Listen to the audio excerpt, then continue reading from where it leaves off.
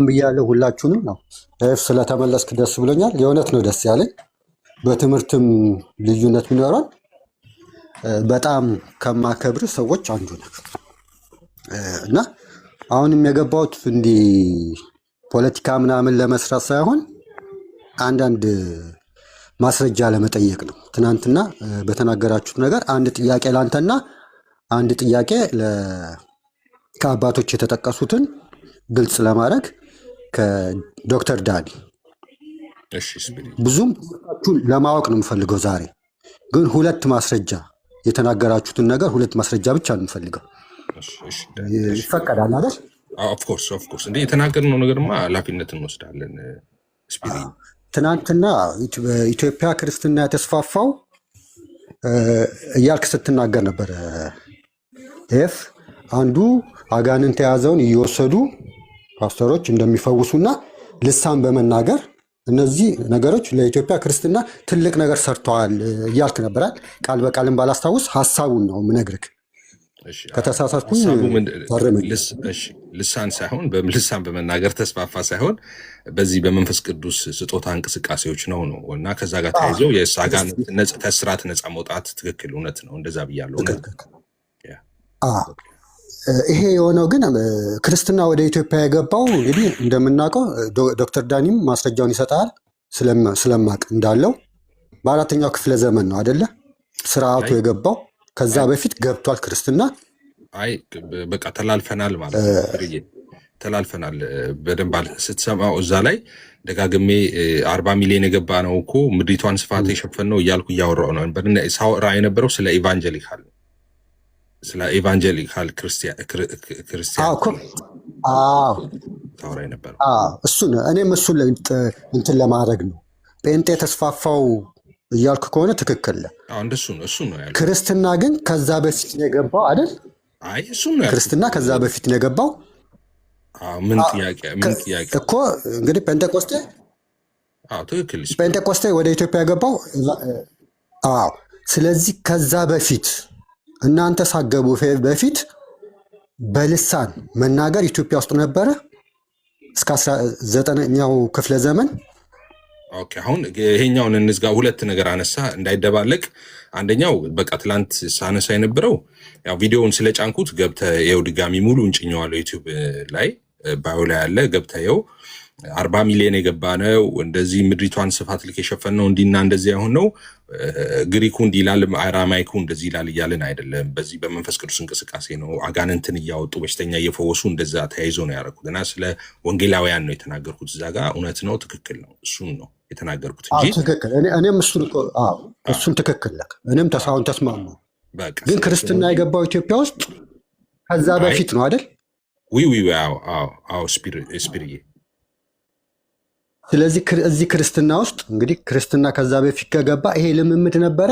የኔ ጥያቄ እሱ ነው። እሺ አሁን ልምምዱ ኢትዮጵያ ውስጥ ነበረ ወይ ነው የምትለኝ ወይስ በዓለም አቀፍ ደረጃ ነው እየጠየቀኝ ያለው? ስፒሪዬ እንግዲህ ኤቫንጀሊካል ሲገባ ፓስተሮቹ እንደዚህ ያደርጉ ነበር፣ በልሳን ብዙዎቹ ይናገሩ ነበር አልክ። ይሄ ልምምድ የክርስትና ልምምድ ከዛ በፊት ነበረ ወይ? ኢትዮጵያ ውስጥ ነው ወይስ ዶክመንት አለ? ኢትዮጵያ ውስጥም በለው ሌላም ሀገርም ተፈለክ በለው ኢትዮጵያ ውስጥ ኢትዮጵያ እያወራን ስለሆነ ዓለም አቀፍ ከሆነ እያልክ ያለው ሁለት አርጊመንት አለ። ያው ዓለም አቀፍ አሱዛ ስትሬት የጀመረ ነው ምናምን እያልከኝ ከሆነ ከዛ በፊት ለነበሩት ለረጅም ዘመናት የነበረ አይደለም ምናምን የሚለውን አርጊመንት ከሆነ እያነሳ ያለው እሱም ቤዝድ አድርጌ ልመልስ። ኢትዮጵያ ውስጥ ከሆነ እየጠየቀኝ ያለው ሎካል ኢትዮጵያ አድርጌ ልመልስ። ኢትዮጵያ እንደ ኢትዮጵያማ እኛ ኢትዮጵያ ውስጥ እኛ እኮ አሁን እያልካ ካሪዝማቲክ እንቅስቃሴ እኮ ኢትዮጵያ ውስጥ 200 ዓመት አይሞላውም። ስፒሪዬ ስለዚህ ኢትዮጵያ ውስጥ የገባው ክርስትና ይሄ ልምምድ አልነበረውም አይደል? እናንተ ሳትመጡ በፊት ኢትዮጵያ ውስጥ ክርስትና አልነበረም እንጂ ኢትዮጵያ ውስጥ እኛ ስንመጣ ነው ክርስትና የመጣ። ኦኬ እሱን የፈለግኩት። ስለዚህ ክርስትና ከ100 ዓመት በፊት ነው ኢትዮጵያ ውስጥ የገባው። ማለት በማስ ነው። አሁን እንደሱ እያልን ያለን ለት ኢንዲቪጁዋል አይደለም እያወራን የነበረው። ኢትዮጵያ ውስጥ ከክርስቶስ ልደት ከመጀመሪያው ክፍለ ዘመን ጀምሮ ክርስቲያን ሊኖር ይችላል። 5 ሊሆን ይችላል፣ 4 ሊሆን ይችላል፣ 50 ሊሆን ይችላል፣ 400 ሊሆን ይችላል። ክርስቲያኖች ነበሩ። ኦኬ ለ1000 ዓመታት ማለት ነው። ግን እንደዚህ በተቋም ደረጃ አይደለም። አሁን ፕሮቴስታንት ኢቫንጀሊካል እንደዚህ ሆኖ አይደለም። ግለሰብ ግን ነበረ አለ። ኦኬ በቃ ተመልሶልኛል። መልሱን እታች ለሚሰሙት ተዋለ። የኢትዮጵያ የክርስትናን ታሪክ ለሚያውቁት ዶክተር ዳኒን የምጠይቀው ደግሞ ትናንት ኢትዮጵያ ክርስትና ታሪክ ላልከው እሺን ብቻ ብዬ ወደ ዳኒ ትሄዳለህ። ኢትዮጵያ ታሪክ ስለ ክርስትና ስለ ኢትዮጵያ ታሪክ እያልክ ስታወራ አንተ ስለ ኦርቶዶክስ ነው ማውራት የምትፈልገው፣ ስፔሲፊክ ማድረግ አትፈልግም እንጂ ኦፍኮርስ ኦርቶዶክስ ነበረች ኢትዮጵያ ውስጥ። ቅዱስ አትናቴዎስ ኦርቶዶክስ ነበረ። ቅዱስ አትናቴዎስ የመጀመሪያውን ጳጳስ ሾሞ አባ ሰላምን የላከው ኦርቶዶክስ ነበር ካልክ እንደዛ አልኩኝ እንዴ? እንደዛ አልኩኝ እንዴ? እኛ እኮ ጃንደረባ መሄድ እንችላለን። ለምን አትናቴዎስ ትላለህ እንዴ? ወደዛ አላረቅልህም እንዴ? ላሻሽልልህም ስፈልግ ጃንደረባ ወስድልሃለሁ። ቅድም እንደነገርኩህ ለዛ ነው። ኢንዲቪጁዋል ይኖራል። ክርስትና ቀድሞ ነገር ኧረ ልጨርሰው አስፒሪያ ኢንዲቪጁዋል ይኖራል። አንተ እዚህ ጋር ቅርቡን ነው እንደው እየጠቀስክ ያለው። እኔ ከፈለክ መጽሐፍ ቅዱስ ላይ ወስድልሃለሁ። የኢትዮጵያን ክርስትና ከፈለኩ ማለት ነው። እዛም ነበረ ማለት ነው። 100 ክፍለ ዘመን ጀምሮ የነበረ ነው። ግን ሲኖር እንዴት ነው የኖረው የሚለው እንዳልኩ እንደዚህ በተቋም ደረጃ በጣም ብዙ ተከታይ ኖሮት እንደዚህ እንደ አዘ ዲኖሚኔሽን ኤግዚስት የሚያደርግ እንደ ፔንቴኮስታልም ሳወራ እኮ እንደዛ ነው እያወራ ያለሁት። ኦኬ ለምሳሌ ካሪዝማቲክ እንቅስቃሴው ኢትዮጵያ ውስጥ ከ200 ዓመት በታች ነው ስል ኢትዮጵያ ውስጥ አጋንንት የሚያወጣ ወይ በልሳን የሚጸልይ ወይ ምናምን አንድም ሁለትም 10ም ሰው ምንም ኤግዚስት በዛን ጊዜ አድጎ አያውቅም። እንደዛ አይደለም እያልኩ ያለሁት። ግን እንደዚህ በተቋም ደረጃ እንደዚህ ማስ የሆነ እንቅስቃሴ አልነበረም። ይታወቃል። ኢትዮጵያ ውስጥ የነበረው ሃይማኖት ቅደም ተከተል ይታወቃል እኮ ኢትዮጵያን ምን እናመልክ እንደነበረ። ለምሳሌ ኢትዮጵያ እኮ ጣዖት ታመልክ ነበር ከክርስትና በፊት፣ ክርስትና ከመቀበሏ በፊት ይባል እንጂ ጣዖት በሚመለክበትም ጊዜ እኮ ክርስቲያኖች ነበሩ። ኦኬ እንዳልኩ ቁጥራቸው 1 ይሁን 10 ይሁን 100 ይሁን 200 ይሁን እሱ ሌላ ጉዳይ ነው። ግን እንዳልኩ ከ100 ዓመት ጀምሮ ክርስትና ነበረ ኢትዮጵያ ውስጥ። ስለ መንፈስ ቅዱስ ስጦታ ነው የምናወራውና ወደ እሱ ግን ከመጣህ 2 ሆኑ 3 ሆኑ አይልም አይደል? 2 ሆኑ 3 ሆኑ አይደለም። የመንፈስ ቅዱስ በቁጥር አይደለም የሚሰራው። አንድም ክርስቲያን ቢሆን ይሰራል። ቁጥር ጋር አይደለም። እሱን እኮ ያገናኘሁት ከቁጥር ጋር አይደለም። ስፒሪ እኔ ያገናኘሁት ምንድነው አሁን እንቅስቃሴው በኢትዮጵያ ውስጥ ጎልቶ የመጣበትን ጊዜ ነው 100 ዓመት 200 ዓመት እንደዚህ እያለን የምንጠራው እንጂ ከዛ በፊት ግን ኢንዲቪጁዋሎች አይኖሩም አይደለም። ኦኬ እንደሱ አይነት ማስረጃዎች ሰነዶች የሉንም። ኢንዲቪጁዋሎች ይኖራሉ። እንዳልኩ ኢትዮጵያ ጣዖት አምላኪ ነች በምትባልበት ወቅት እንኳን በዚያን ጊዜ እንኳን ክርስትናን ፕራክቲስ የሚያደርጉ ሰዎች ኢንዲቪጁዋሎች አሉ። ስለዚህ አሁን ስለ ኢንዲቪጁዋሎች ሳይሆን ጠቅለል ባለ ሁኔታ የኔም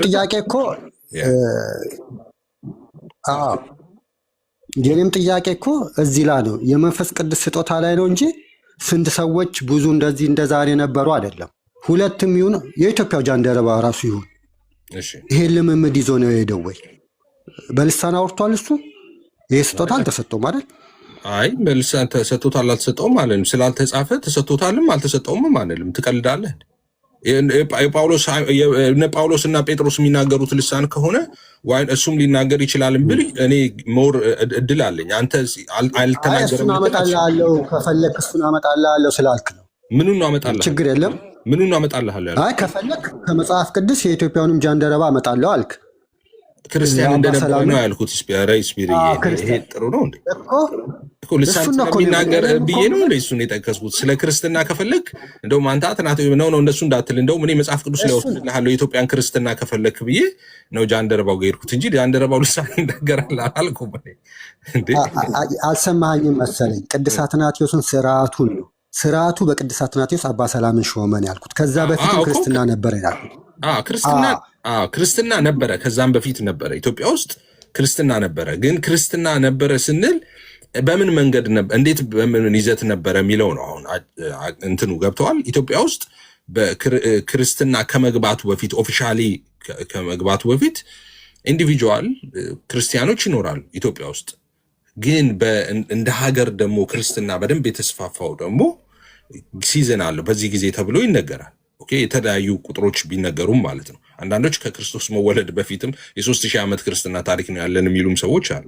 ማተር ኦፍ ፋክት 3000 ዓመት ክርስትና የሚባል ነገር አልነበረም። ክርስቶስን አመኑ። ክርስቶስ 2000 ዓመት ነው። ከባለ 50 በኋላ ነው ክርስትና። አንዳንዶች አታውቅም። ኦፊሻል ብዙ ክርስትና ስንል ከባለ ግን ብዙዎቹ 3000 ዓመት የክርስትና ታሪክ ምናምን እያሉ ሁሉ ይናገራሉ። እሱ ትክክል አይደለም።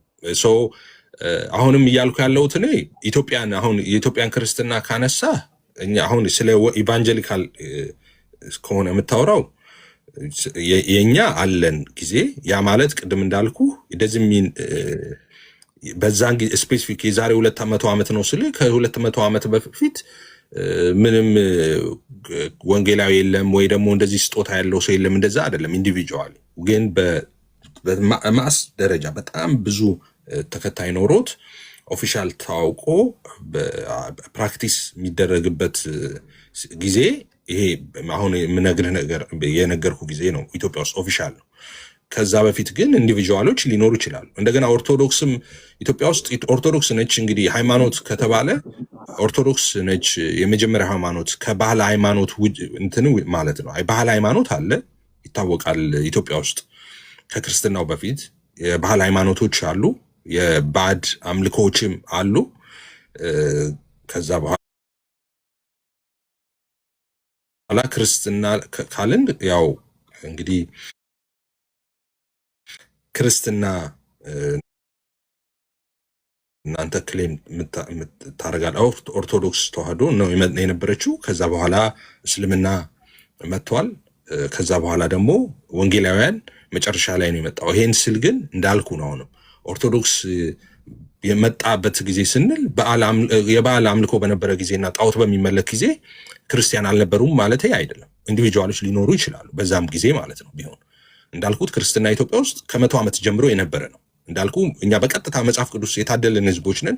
መጽሐፍ ቅዱስ ሁሉ ሄደን መጥቀስ እንችላለን ለዛ ማለት ነው። ከዛ ስለ አይሁድ እምነት ምናምን ስለሱም ሌላ ታሪክ አለን እኛ ከሙሴ ጋርም ተያይዞ ምናምን እሱንም ሜንሽን ማድረግ እንችላለን ኢትዮጵያ ስትነሳ ማለት ነው። እና ይህንን ለማለት ነው ስፒሪዬ።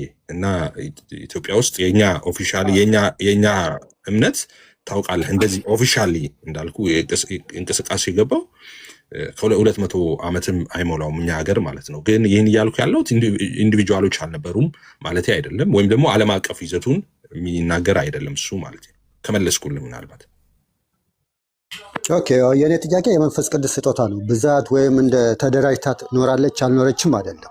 ክርስትና በመጽሐፍ ቅዱስ ራሱ የኢትዮጵያ ጃንደረባ እንደገባና ያለን። ከዛ ደግሞ በ4ኛው ክፍለ ዘመን ንጉሱ ራሱ አባ ሰላምን ልኮ አባ ሰላም ከቅዱስ አትናቴዎስ ሹመት ወስዶ እንደመጣ ይሄ የኢትዮጵያ ታሪክ ነው፣ ክርስትናን ታሪክ ነው። ግን እሷ አይደለም ኦርቶዶክስ ነች ኦርቶዶክስ አይደለችም አይደለም።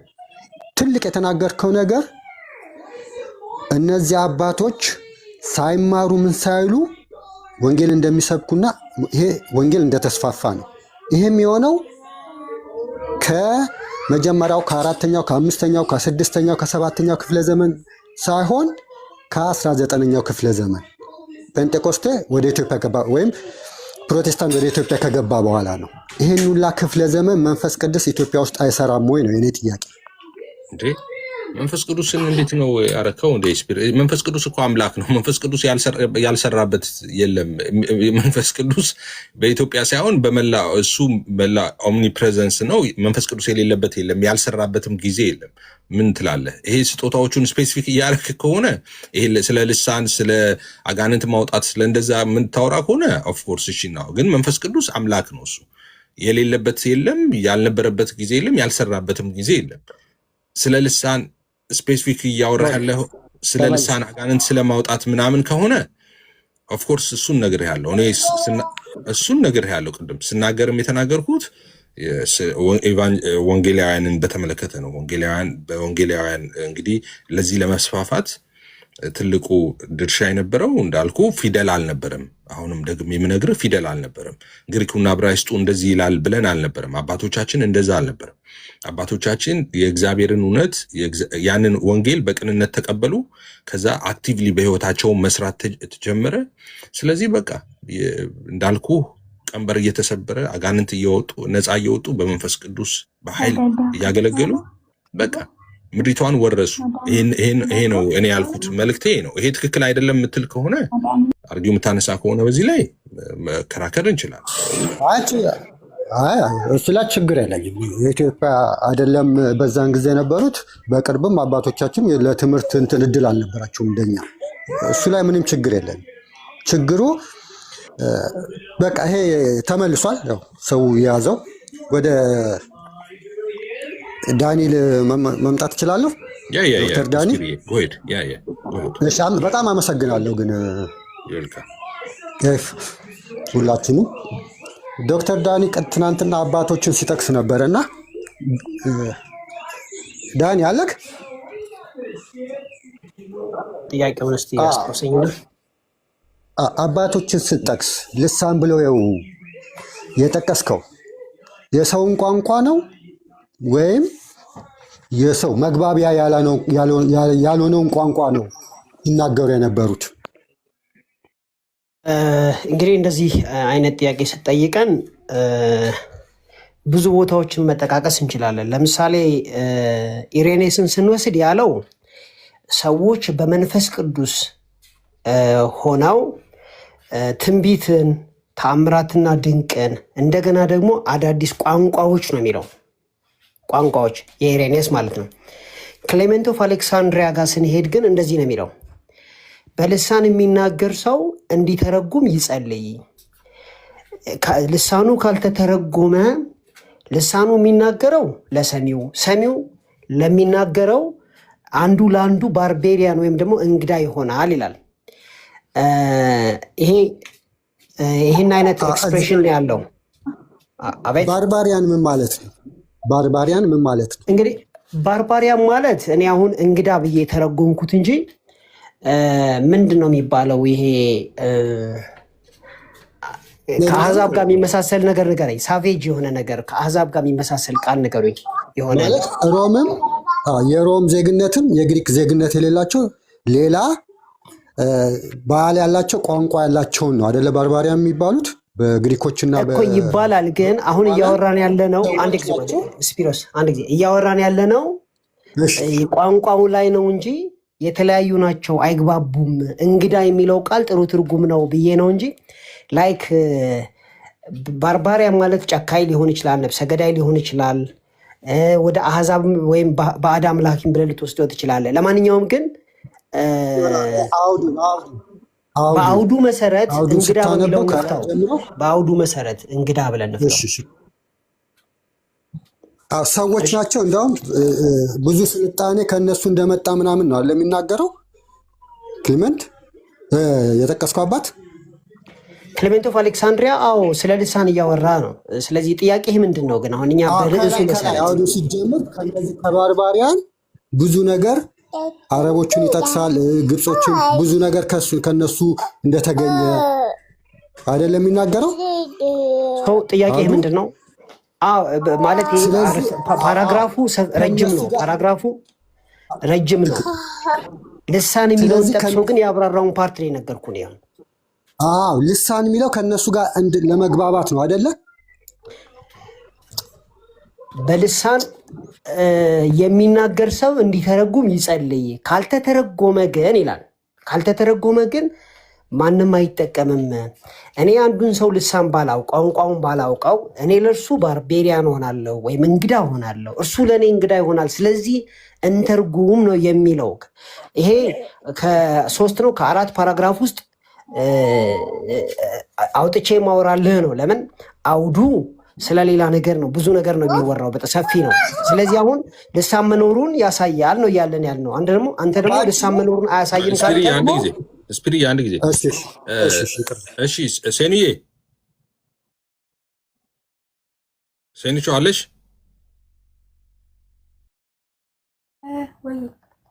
አንቺ ነሽ ታናሽ ታች ላረግሽ ነው።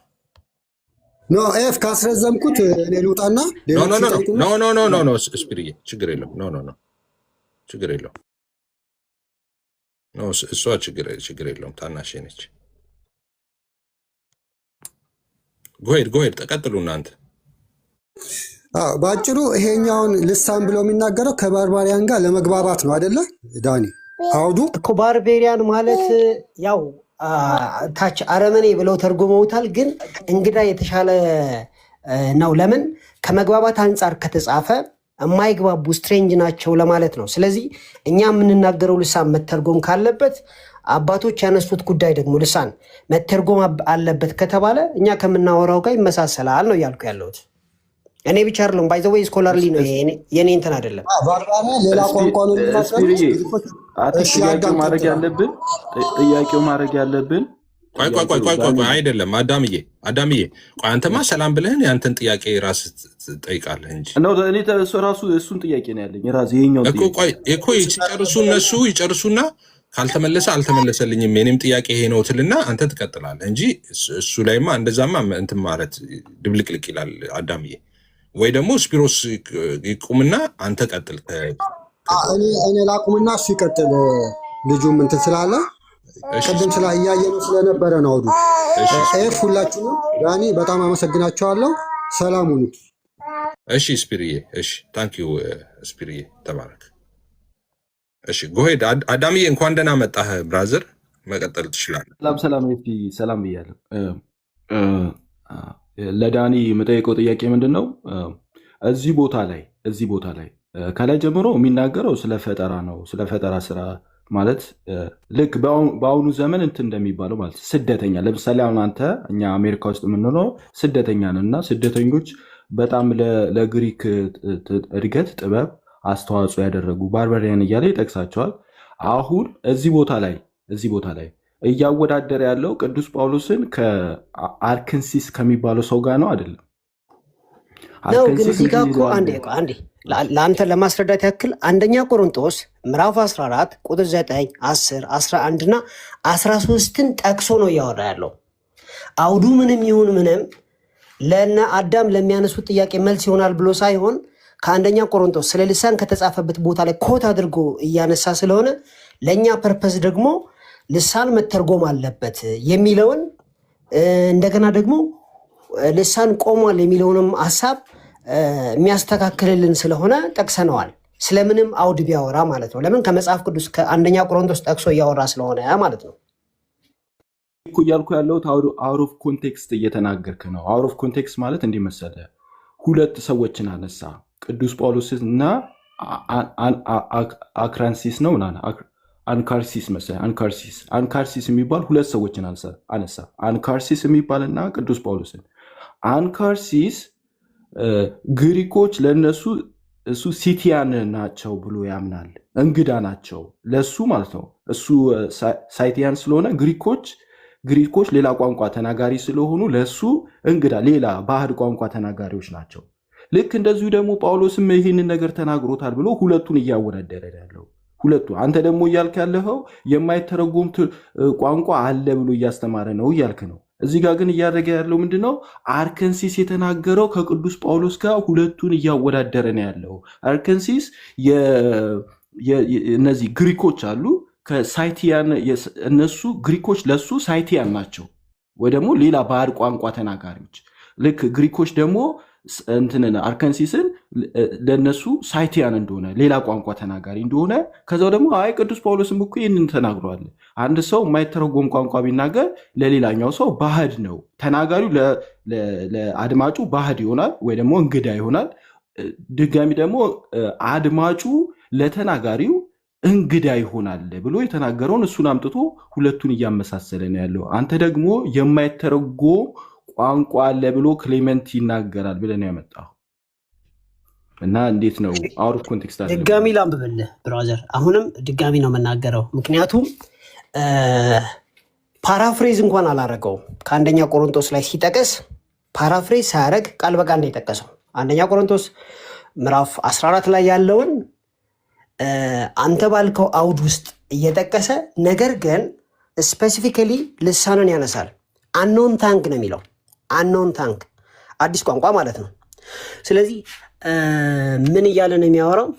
there are it may be so many kind of voices in the world and none of them is without signification. በጣም ብዙ ድምጾች አሉ በአለም ላይ እና ትርጉም የሌላቸው አይደሉም። therefore if I know not the meaning of the voice የድምጹን ትርጉም ካላወቅኩኝ I shall be unto him that speaks a barbarian ለሱ እንደ እንግዳ ሆናለሁ and that he that speaks shall be a barbarian unto me ካለ በኋላ and let that speaks in a known tongue በአዲስ ቋንቋ የሚናገር ሰው let that speaks in a known tongue pray that he may interpret እንዲተረጉም ይጸልይ ይላል። ስለዚህ ልሳን መተርጎም እንዳለበት በሌላ አውድም ቢሆን አምጥቶ ተናግሯል። ስለዚህ እያወራ ያለው ሌላ አውድ ነው። ነገር ግን ልሳን መተርጎም እንዳለበት በዚሁ ታንጀንሻሊ ገልጾ አልፏል። ስለዚህ ልሳን መተርጎም አለበት ስንል መጽሐፍ ቅዱስ ውስጥ አለ። ይሄም አባት ጠቅሶታል። ልሳን መተርጎም አለበት እያለ ስለሆነ ማለት ነው። በጣም ግልጽ ነው ወንድሜ። እሱ እኮ እኔ እየነገርኩ ያለውን ነገር እየተወኩ ስለሆነ እኮ ነው። ሁለት ሰዎችን አመጣ። ሁለት ሰዎችን ማለት ነው፣ ቅዱስ ጳውሎስና አንከርሲስን አምጥቶ እሱ የተናገረው ነገር አለ። አንከርሲስ የሚባለው ግሪኮች ለሱ ሳይቲያን ናቸው። ግሪኮች ለእኔ ሳይቲያን ናቸው፣ ሌላ ቋንቋ ተናጋሪዎች ናቸው። ልክ ግሪኮች ከነሱ የተለየ ቋንቋ ስለሚናገር ማለት ነው።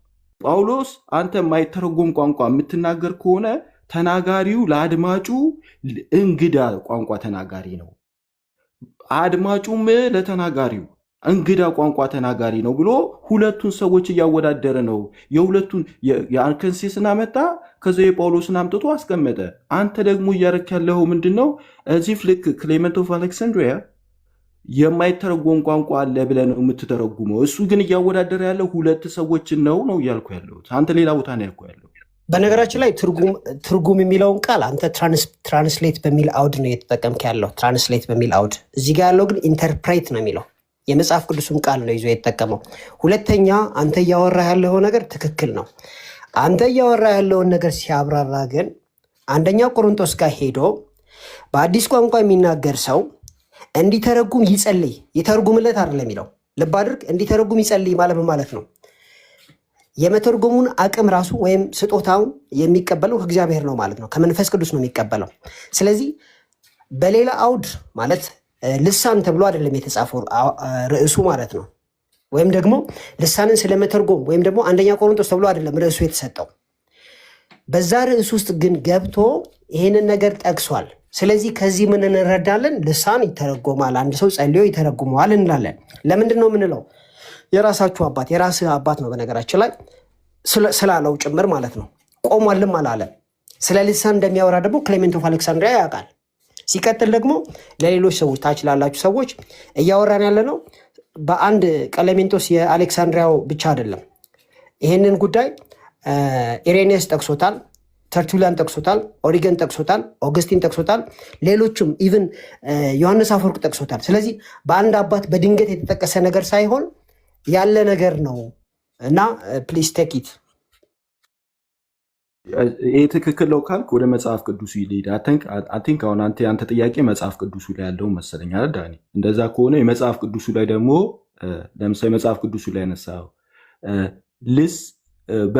ልሳን የሚተረጎም ደግሞ ለምንድን ነው ዳኒ ብትመልሰው? ልሳን የሚተረጎመው ምንድን ነው ጥቅሙ? በልሳን የሚናገር ለእግዚአብሔር ይናገራል ነው የሚለው። ስለዚህ እኔ በልሳን ስናገር እኔ ተናጋሪ ነኝ።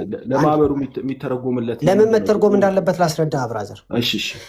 እኔ በልሳን ስናገር እኔ ተናጋሪ ነኝ፣ እግዚአብሔር ሰሚ ነው።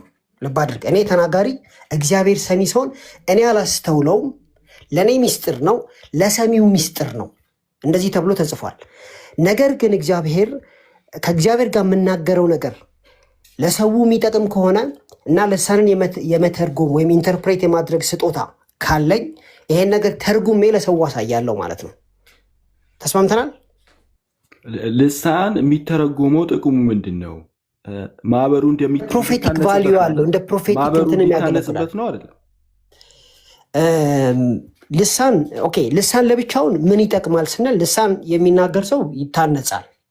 መታነጽ ማለት ልክ ቤትን የታነጸ ቤት የታደሰ ቤት እንደሚያምሩላ በልሳን የሚናገር ሰው ኃይል ያገኛል፣ አቅም ያገኛል፣ ይቀደሳል፣ ህይወቱ ይለወጣል። ምክንያቱም መንፈስ ቅዱስ በውስጡ ስለሚሰራ የጸጋ ስጦታ ጭምር ስለሆነ ማለት ነው። መታነጽ መታደስ ማለት ነው። ነገር ግን ይህንን ልሳን በምናገርበት ጊዜ በጉባኤ ውስጥ የተናገርኩና የመተርጎም ስጦታ ካለኝ ለጉባኤውም እንደ ፕሮፌሲ ሊያገለግል ይችላል። ቁጥር 5 ላይ አንደኛ ቆሮንቶስን ስለምጠቅስ ብዬ ነው። ቁጥር 5 ላይ ማህበሩ ይታነጽበት ዘንድ ይላል እና ቢተረጎም ማህበሩ ይታነጽበታል ማለት ነው። አዳንዬ ልሳን ከተተረጎመ ማህበሩ ይታነጽበታል ከመልእክቱ አንጻር ማለት ነው። ቁጥር 3 ላይ ቁጥር 4 ላይ ቁጥር 5 ላይ ከተተረጎመ ማህበሩ ይታነጽበታል ብሎ ተናገረ። ከተተረጎመ ትርጉሙ የሚታወቅ ከሆነ ማህበሩ ይታነጽበታል አለ። ቁጥር 4 ላይ በልሳን የሚናገር ራሱን ያነጻል ይላል። ራሱን ያነጻል። በልሳን የሚናገር ሰው ራሱን ያነጻል። ትርጉሙን ያውቋል ማለት ነው አይደል? በሌላ አባባል ትርጉሙን ያውቋል ማለት አለ። እኛ ልሳን ስንናገር ልሳኑ ሁለት ነገር አለው። የመንፈስ ቅዱስ ስራ ስለሆነ ራሳችንን ያንጸናል፣ ይቀድሰናል፣ አቅም ይሆነናል፣ ያሻግረናል። ልሳኑን ስንናገር ለምን? መንፈስ ቅዱስ በውስጣችን ስለሚሰራ ማለት ነው። ነገር ግን በአፋችን ደግሞ የምንናገረው ቃል ነው ፓወር አለው። መንፈስ ቅዱስ ምን እንደምንናገር ያ ቃል አፋችን ውስጥ ያስቀምጣል። ለምን? በልሳን እናገራለሁ ወይም በመንፈሴ እናገራለሁ፣ እንደገና ደግሞ በአእምሮ ይናገራለሁ ይላል። በመንፈሴ ይዘምራለሁ፣ በአእምሮ ይዘምራለሁ ይላል። ስለዚህ መንፈስ ቅዱስ ነው ይህን ቃል አፉ ውስጥ የሚያስቀምጠው። ስለዚህ እሱን ትናገራለህ። አእምሮ ያለ ፍሬ እንዲሆን ደግሞ እግዚአብሔርን በአማርኛ በእንግሊዝኛ በምትፈልገው ቋንቋ ታመሰግናለህ ማለት ነው። ስለዚህ ልሳንን ስትናገር ራስን ታንጻለህ፣ ፓወሩም ይሰራብሃል፣ ከፍ ትላለህ፣ ትሻገራለህ፣ ታልፋለህ። ጌታ ይባረክ። እስካሁን የተናገርከው ነገር መጽሐፍ ቅዱሳዊ አላረከውም። እኔ እየነገርኩ ያለሁት መጽሐፍ ቅዱስ ላይ መታነጽ ማለት ምን ማለት ነው? በልሳን የሚናገር ሰው አንተ ራስህ ለምሳሌ አታምንም። ልሳን አንድ ጊዜ ኢምፖርታንት ስለሆነ ነው። አንተ በልሳን አታምንም፣ ግን በልሳን የሚናገር ሰው ራሱን ያንጻል ስለሚል አንተ በልሳን ባለመናገርህ መታነጽ ቀረብህ ስልህ ምን ቀረብህ እያልኩ ነው። ስለ መታነጽ ሲባል መንፈሳዊ ጥንካሬን ከመስጠት አንጻር በመንፈስ እሱ አያስፈልግህም። አንተ በልሳን ተናግረህ መታነጽ አያስፈልግህም። ቆይሽ ዋናው መጽሐፍ ቅዱስ ላይ እንመለስ። ከይቅርታ ጋር ከመጽሐፍ ቅዱስ ራሱን ያንጻል የሚል ቃል ነው ያነሳውልህ። ስለዚህ አንተ አሁን በልሳን ስለማትናገር አትጠነክርም ማለት ነው። እንደዚህ ይሁን። አሁን መሀል ላይ ልግባ። እንደዚህ ይሁን። አሁን አዳምዬ ክርክር እንዳይሆን ምን ይሁን መሰለ፣ አሁን አንተ ጥያቄህን እኔ የምጠይቀው በልና ያው ሰዎች ይሰማሉ። እንግዲህ ለሚሰሙትም ሰዎች ስለሆነ የምናወራው ማለት ነው። አንተ እኔ ጥያቄ ይሄ ነው ይሄ እንዴት ነው በልና ከዛ አንተ ማይክህን ሚውት አድርግ። ከዛ በኋላ ደግሞ ዳኒ ደግሞ ይኸውልህ ለዚህ ጥያቄ ደግሞ መልሱ ይሄ ነው ይልህና እሱ ማብራሪያ ይሰጣል። ከዛ ሲጨርስ አንተ ካልተመለሰልህ ከዛ አይ እኔ አልተመለሰልኝም ጥያቄ ይሄ ነበረ አንተ የመለስከው በዚህ መንገድ ነው ብለህ ትቀጥላለህ። ከዛ ደግሞ እሱ ቀጥሎ አይ እኔ እንደዚህ ነው ብሎ ይቀጥላል። እንደዛ ይሆን። እሺ እንደዚህ ቶሎ እንዳይሆን አዳም አሁን አንተ በግልጽ አስቀምጥ ጥያቄህን። አዳም በቃ ጥያቄ ይሄ ነው ዳኒ እኔ ይሄ እንዴት ነው በለውና ሚውት አድርግ። ከዛ እሱ ያብራራ። እሺ ኤፊ እኔ በቀጥታ አድሬስ የሚያደርግልኝ ከሆነ በጣም ነው ደስ የሚለኝ። ካልሆነ ግን በቃ እንትን እላለሁ። ቁጥር 5 ላይ የቆሮንቶስ መልእክት ቁጥር 5 ላይ ልሳን ቢተረጎም ትርጉሙን ቢያውቁት ሰዎቹ የሚሰሙት ሰው ትርጉሙን ቢያውቁ ይታነጹበታል። ትርጉሙን ካወቁት የሚተረጎምላቸው ከሆነ ይታነጹበታል ይላል። ቁጥር 4 ላይ ደግሞ በልሳን የሚናገር ራሱን ያንጻል ይላል። ራሱን ያንጻል። ስለዚህ ራሱን የሚያንጽ ከሆነ ትርጉሙን ያውቀዋል ማለት ነው አይደለም? እሱ ነው ጥያቄ። እሺ ይሄ ባጭሩ ንዝጋው። አጭር ነገር ነው የምትፈልገው። ትርጉሙንማ ጳውሎስ ራሱ ነግሮሃል እኮ አያውቅም ብለዋል። 14 ላይ ቁጥር 14 ላይ በልሳን ብጸልይ መንፈሴ ይጸልያል አይምሮ ግን ያለ ፍሬ ነው አለ። አይምሮ ያለ ፍሬ ነው ማለት አይምሮ አያውቅም ማለት ነው። በቃ አይምሮ አያውቅም የምትጸልየውን ማለት ነው። ፔሬድ። ትርጉሙን ሳያውቅ ነው የሚታነጸው ማለት ማህበሩ ትርጉሙን ሳያውቅ አይታነጽም። ቆይ ጥያቄ ላስቀምጥ። ማህበሩ ትርጉሙን ካላወቀ አይታነጽም ተብሎ ተነግሮናል። ትርጉሙ መተርጎም ስላለበት ካለበለዚያ አይታነጹበትም ተብሏል። ትክክል። እሱ ግን ትርጉሙ ሳያውቀው ይታነጽበታል። ቆንጆ ጥያቄ። እሺ በጣም አሪፍ ጥያቄ ነው የሰማው። ልብ ብላችሁ ስሙ። አዳም እየጠየቀው ምንድን ነው እሱ? ኦኬ ይታነጽበታል ይላል አለ። ኦኬ ይታነጽበታል ማለት ያ ማለት ያውቀዋል ልሳኑ ማለት ነው አለ። እሱ እንግዲህ ሐዋርያ ቅዱስ ጳውሎስ አያውቅም ብለዋል። ጳውሎስ አያውቅም ካለ በቃ አያውቅም ነው ማለት ነው። ከዛ እንደዚህ የሚል ጥያቄ ያነሳ። ኦኬ ማያውቅ ከሆነ እሱ በልሳን ሲጸልይ ለራሱ እሱ ይታነጽበታል። ጉባኤው እንዲሰማ አድርጎ ከጸለየ ግን ከማይተረጎም ከሆነ ጉባኤ አይታነጽበትም። ስለዚህ ለምን ልክ እሱ ሲጸልይ ራሱ እንደሚታነጽ ሁሉ ለምንድን ነው ደግሞ በጉባኤ መካከል ደግሞ ሲጸልይ ለምንድን ነው ካዲያ ባይተረጎምስ ራሱ ሰው ለምን አይታነጽበትም ነው? ኤዲፋይ ለምን አይሆንም ነው ጥያቄ። ኦኬ እሱ ክፍሉ እኮ የተጻፈበትን ሀሳብ መረዳ። ጳውሎስ ለምንድን ነው አትጸልዩ የሚለው እንዴ? ጳውሎስ እባካችሁ አትጸልዩ፣ ተራ በተራ በልሳን ተናገሩ፣ ዝም ብላችሁ ሁላችሁም አትጩ፣ ዝም በሉ ማይተረጎም ከሆነ እንደዛ የሚለው ፐርፐዙ ምንድን ነው? ለምን እንደሆነ ይነግርሃል። ለምን እንደማይታነጽ ይነግርሃል ማህበሩ። እኔ ሳልሆን ራሱ ጳውሎስ ይመልስልሃል። ምንድን ነው የሚለው ጳውሎስ እዚሁ ክፍል ላይ ማለት ነው መጨረሻ ላይ እንደዚህ ይላል። ጳውሎስ እንደዚህ ይላል 23 ላይ ላንብበው፣ እዚሁ ላይ ማለት ነው 14 ዝቅ በልና 23 ላይ እንደዚህ ይላል። እንግዲህ ማህበር ሁሉ አብረው ቢሰበሰቡ ሁሉም በልሳኖች ቢናገሩ እና ያልተማሩ ወይም የማያምኑ ሰዎች ቢገቡ አብደዋል አይሉምን? ሁሉ ትንቢት ቢናገሩ ግን የማያምን ወይም ያልተማረ ሰው ቢገባ በሁሉ ይወቀሳል፣ በሁሉም ይመረመራል። በልቡ የተሰወረ ይገለጣል። እንዲሁም እግዚአብሔር በእውነት በመካከላቸው ነው ብሎ እየተናገረ በፊቱ ወድቆ ለእግዚአብሔር ይሰግዳል ይላል። ኦኬ አሁን እዛ ጋር ኤዲፋይ አይሆንበትም፣ ማህበሩ አይታነጽበትም። አንተ በልሳን ብትናገርና ማይተረጎም ከሆነ ከተተረጎመ ግን ይታነጻል ማህበሩ። ማይተረጎም ከሆነ ግን ማህበሩ አይታነጽበትም የሚለው ከዚህ አንጻር ነው። አየህ ያልተማሩና እዚህ ክፍል ላይ ልብ በል ጳውሎስ የማያምኑ ይላል፣ ያልተማሩ ይላል። አሁን የማያምኑና ያልተማሩ ሰዎችን መሰናክል እየሆናችሁ ነው። ይሄ መልእክት የተጻፈው ለዛ ነው። በነገራችን ላይ ፐርፐዙ ይሄ ነው። የጸጋ አጠቃቀም ስጦታ በዚህች ቤተክርስቲያን ላይ እጅግ በጣም መረን ነበረ። ስርዓት አልበኝነትን የነገሰበት ነበረ።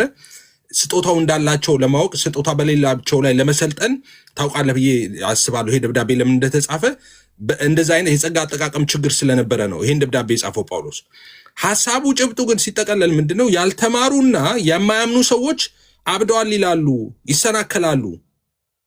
ስለዚህ እነሱ እንዳይሰናከሉ በተቀለጠ ቃል ትንቢት ብትናገሩ ወይም ብታስተምሩ ነው ትክክል። ኤዲፋይ የሚሆኑት እነሱ የሚታነጹት እንደዛ ነው።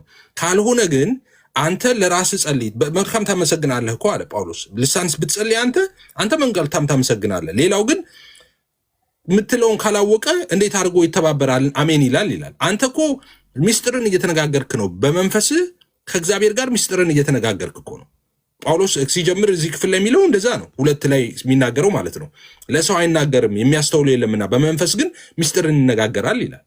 ስለዚህ አንተ ስትናገረው ኤዲፋይ ያደርግሃል፣ ለራስ ስትናገረው ኦኬ። ሳይተረጎም ግን ለሰው ማለት ነው ጮክ ብለህ ብትናገረው ያልተማረና የማያምን ሰው ይሰናከላል እንጂ ምንም ኤዲፋይ አይሆንም እሱ።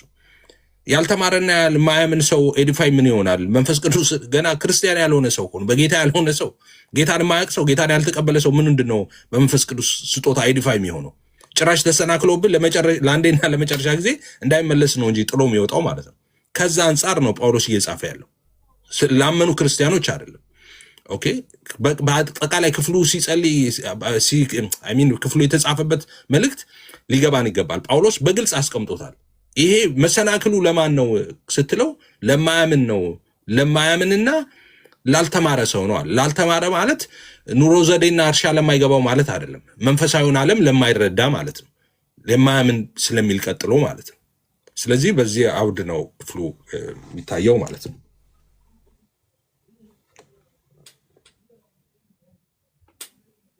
አዳምዬ ያንተ ተራ ነው። እሺ ያው እኔ ባልቀበለውም መስማት ስለሆነ ነው። ሁለተኛ ደግሞ ልሳን እዚህ ቦታ ያለው ልሳን የሚተረጉመው ባይኖር ይላል ቁጥር 28 ላይ የሚተረጉመው ባይኖር ግን በማህበር መካከል ዝም ይበልና ለራሱ እና ለእግዚአብሔር ይናገር ይላል። ኤፊ እስኪ አሁን አንተ በማታውቀው ቋንቋ ምንም በማይገባህ ቋንቋ እስኪ በግሪክ ለምሳሌ በላሶቴኛ ከራስ ጋር እስኪ መናገር ትችላለህ? በማታውቀው ቋንቋ ለራሱና ምናምን ይናገር ይላል። እስኪ ለራስ በሆነ ቋንቋ ተናገር። ለራሱና ምን ማለት ነው እሱ?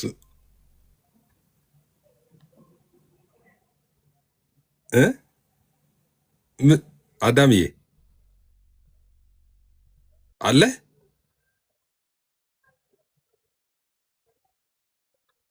እሺ ቢዚ ሆኗል አዳምዬ። አሁን ለራሱና የሚለው እዚህ ቃል የመሰለው እንደ እብድ ማለት ነው። ለራሱ ኤፍሬም ስማ፣ አንተ እኮ እንደዚህ ብሎ ራሱ ኤፍሬም ከኤፍሬም ጋር እንደማውራት ነው የመሰለው። አይ እንደዛ አይደለም፣ እንደሱ ማለቱ አይደለም። ክፍሉ የሚናገረው የሚለው ምንድን ነው? and let his word be to himself and God ነው። ያ ማለት ሴቪት ምናምን ሲሉ ነጮቹ የሆነ ነገር ልትናገር ስትል እዛው ምናምን ያዘው ምናምን እንዳትናገር በቃ ምናምን ይሉ አውቀዋለሁ የምትናገረው እንደዛ እንደማለት ነው። ከራሱ ጋር ይነጋገር ማለት ሰው ሳይረብሽ ኦኬ በቃ በራሱ ይጸልይ ማለት ነው። ከሰው ጋር ኮሚኒኬት ሳያደርግ ሰዎችን ሳይረብሽ ሳይበጠብጥ ሰዎች ሳይረብሽ ለራሱ ይናገር ማለት ነው እንጂ ከራሱ ጋር ይነጋገር ማለት አይደለም። ኤፍሬም አንተ እንደዚህ አዎ ትክክል ነህ ኤፍሬም ምናምን እያልክ አውራ ማለት አይደለም። 27 ላይ እንደዛ ነው ሐሳቡ። ለራሱ ይናገር ማለት ምን ማለት ነው አልከኝ? ከይቅርታ ጋር ለራሱና ለእግዚአብሔር ይናገር ማለት ኦኬ፣ ለራሱና ለእግዚአብሔር ይናገር ማለት ሰውን ሳይረብሽ ከላይ እያብራራ እንደመጣው ሰው ሳይረብሽ ብቻውን ከእግዚአብሔር ጋር ይነጋገርበት ማለት ነው። ብቻውን ከእግዚአብሔር ጋር ይነጋገር። ለራሱና ለእግዚአብሔር ማለት አሁን እኔ እዚህ ላይቭ ላይ ነው ያለሁት። አሁን ምነግርህን ነገር ከራሴ ጋር አይደለም እየተነጋገርኩ ያለሁት። አሁን ግን ይህን ላይቭ አጥፍቼ ሄጄ አልጋዬ ላይ በርከክ ብዬ ብጸልይ በቃ ራሴ ከእግዚአብሔር ጋር እየተናገርኩ ለራሴና ለእግዚአብሔር እየተነጋገርኩ ነው ማለት ነው። ገባህ? አሁን መነጋገር ታውቃለህ። ከራስ ስትነጋገር አንዳንድ ጊዜ ከራስ መነጋገር ማለት ምን ማለት መሰለህ? እንግሊዝኛውን እንኳን ብቤል ነበር። ከራስ መነጋገር ማለት አንተ ኤፍሬም ስማ፣ አንተ እንደዚህ ነህ ማለት አይደለም። እኔ ተናጋሪ ነኝ፣ ሰሚ አካል አለ፣ ኮሚኒኬት እያደረግን ነው። ኦኬ፣ ሰሚ አካል አለ፣ አንድ አሰሚ አለ፣ ኦኬ፣ ተናጋሪ አለ፣ ሌላ ደግሞ ሰሚ አካል አለ። ይሄ ኮሚኒኬሽን ካለ በሁለቱ መካከል ለምሳሌ ሲጀምር እኮ ሚስጥርን ከእግዚአብሔር ጋር ይነጋገራል ይላል። እንዴ ሚስጥርን ከእግዚአብሔር ጋር የምትነጋገረው ምን እግዚአብሔር ማያውቀውን ሚስጥር እየነገርከው ነው እንዴ? እንደዛ አይደለም። በመንፈሳዊ ዓለም ላይ ኮኔክት አድርጋለህ፣ ከመንፈሳዊ ዓለም ጋር ትገናኛለህ ነው። ከእግዚአብሔርን ሐሳብ እግዚአብሔርን ምስጢር። ይሄ ልሳን ላይ ሲሆን ለምንድን ነው ግራ የሚገባችሁ እንዴ? በአማርኛም እኮ በምትችለውም ቋንቋ ለእግዚአብሔር መናገር ከሆነ ለእግዚአብሔር ይናገር ለምን አይልም? ለብቻው ሲሆን ለእግዚአብሔር ይናገር ለምን? ለራሱ እና እኮ ነው የሚለው። ሁለት ነገር ተጠቅሷል። ለራሱና ለእግዚአብሔር ይናገር ማለት ልሳኑ ስትናገር ካዲያ ለራስ የምትናገረውን ነገር አታውቅ አይምሮ ያለ ፍሬ ነው እኮ ሲል ጳውሎስ የምናገረውን ልሳን አላውቀውም ነው እንጂ እየተናገርኩ እንደሆነ አላውቅም እኮ አይደለም የሚለው። ለራሱና ማለት እሱ ነው። አዳምዬ እንዴ ምን እያልክ ነው? ለራሱና የተባለው ለራሱና ማለት ለራስህ ኤፍሬም አንተ እንደዚህ ነህ ማለት በላ አይደለም። ለራሱና ለእግዚአብሔር ማለት ከእግዚአብሔር ለብቻው ከእግዚአብሔር ጋር ይነጋገር ማለት ነው። ሌሎች ሰዎችን ኢንቮልቭ ሳያደርግ ሳይረብሽ ሰዎችን ሌላ ሰው ሳያስገባ እሱና እግዚአብሔር ያወሩ ማለት ነው። እሱማ ለእግዚአብሔር ይናገር ነበረ መባል ነበረበት። ለራሱና ለእግዚአብሔር ይናገር ሲባል አንተ ያወቀው ታዲያ ለራሱ ይናገር። አሁን እንደምለው እንደዛ ነው የተረዳኸው? የሚለው ትርጉም ለአንተ አይሆንም። ለራሱ የሚለው ለአንተ ስለማይሆን እየሰረስከው ነው ያለው። መጽሐፍ ቅዱስ ላይ የተጻፈው ለራሱ እና ለእግዚአብሔር ነው የሚለው። ሁለት አለ፣ ለራሱ እና ለእግዚአብሔር። እሺ ይኸውልህ but if there is no one to give this sense, let him keep quiet in the church and let his words be to himself and to God. ምን let his word be let his word be to himself and to God. ያ ማለት ምን ማለት ነው? ለመጨረሻ ጊዜ ነው ይሄንን የምነግርህ። ለራሱና ማለት ኤፍሬም አንተ እንደዚህ ነህ፣ አንተ ኤፍሬም እንደዚህ ነው እያልክ ለኤፍሬም ንገረው ማለት ሳይሆን አንተና እግዚአብሔር ሁለታችሁ ጨርሱ፣ ሁለታችሁ ተነጋገሩ ማለት ነው። ኦኬ፣ ሌላ ምንም ትርጉም የለውም። አማርኛውም እንደዛ ነው፣ እንግሊዝኛውም እንደዛ ነው የሚለው let his word be to himself and to God ነው የሚለው። በቃ ቃል የምትናገረው ለሰው አይተረፍም። ሰው አትበጥብጥ። ለምሳሌ I speak myself ሲባል speak to yourself ሲባል ከራስ ጋር እየተነጋገርክ ነው አይደለም? speak to yourself ስትባል himself እኮ የሚለው ትክክል። ቆይ speak to himself የሚል እዚህ ጋር አለ እንዴ? እንግሊዝኛው ላይ speak to himself የሚል አለ። ኦኬ፣ እንደዚህ ነው የሚለው። ኦኬ፣ እንደዚህ ነው የሚለው let his words be to himself and to God ነው የሚለው። speak to himself and to God። ምን አይነት የትኛውን ቨርዥን ነው የምታነበው አንተ? it's like በጣም ብዙ ቨርዥን ላይ speak to himself ብዙ ቨርዥን ማለት ነው። ኦኬ እሺ፣ እያየ ነውና እኔ ያስኩት ቨርዥን ላይ አሁን እንዳነበብኩልህ ነው የሚሆነው የሚያደርገው ማለት ነው። ግን እሺ ቆይ አንድ ጊዜ አውጥተን ይሻላል፣ እንደዛ ብናወራ ይሻላል። ለምሳሌ ኪንግ ጄምስ speak to himself to God፣ NIV speak to himself to God፣ new translation ኦኬ new እሱ እንደውም ምን አይልም እንደዛ። ሌላ ኢንግሊሽ ስታንዳርድ speak to himself፣ ቤሪያንስ speak to himself ብሎ ዴን ምንድን ነው የሚለው? to God። እና speak to himself to God ማለት ምን ማለት ነው? speak to himself and to God። speak to himself and ከዛ አለው and አለች፣ ከዛ ደግሞ to God። እሺ ቆይ አንድ ጊዜ ቆይ አንድ ጊዜ ካሜራ አብርቼ እንደዛ ይሻላል።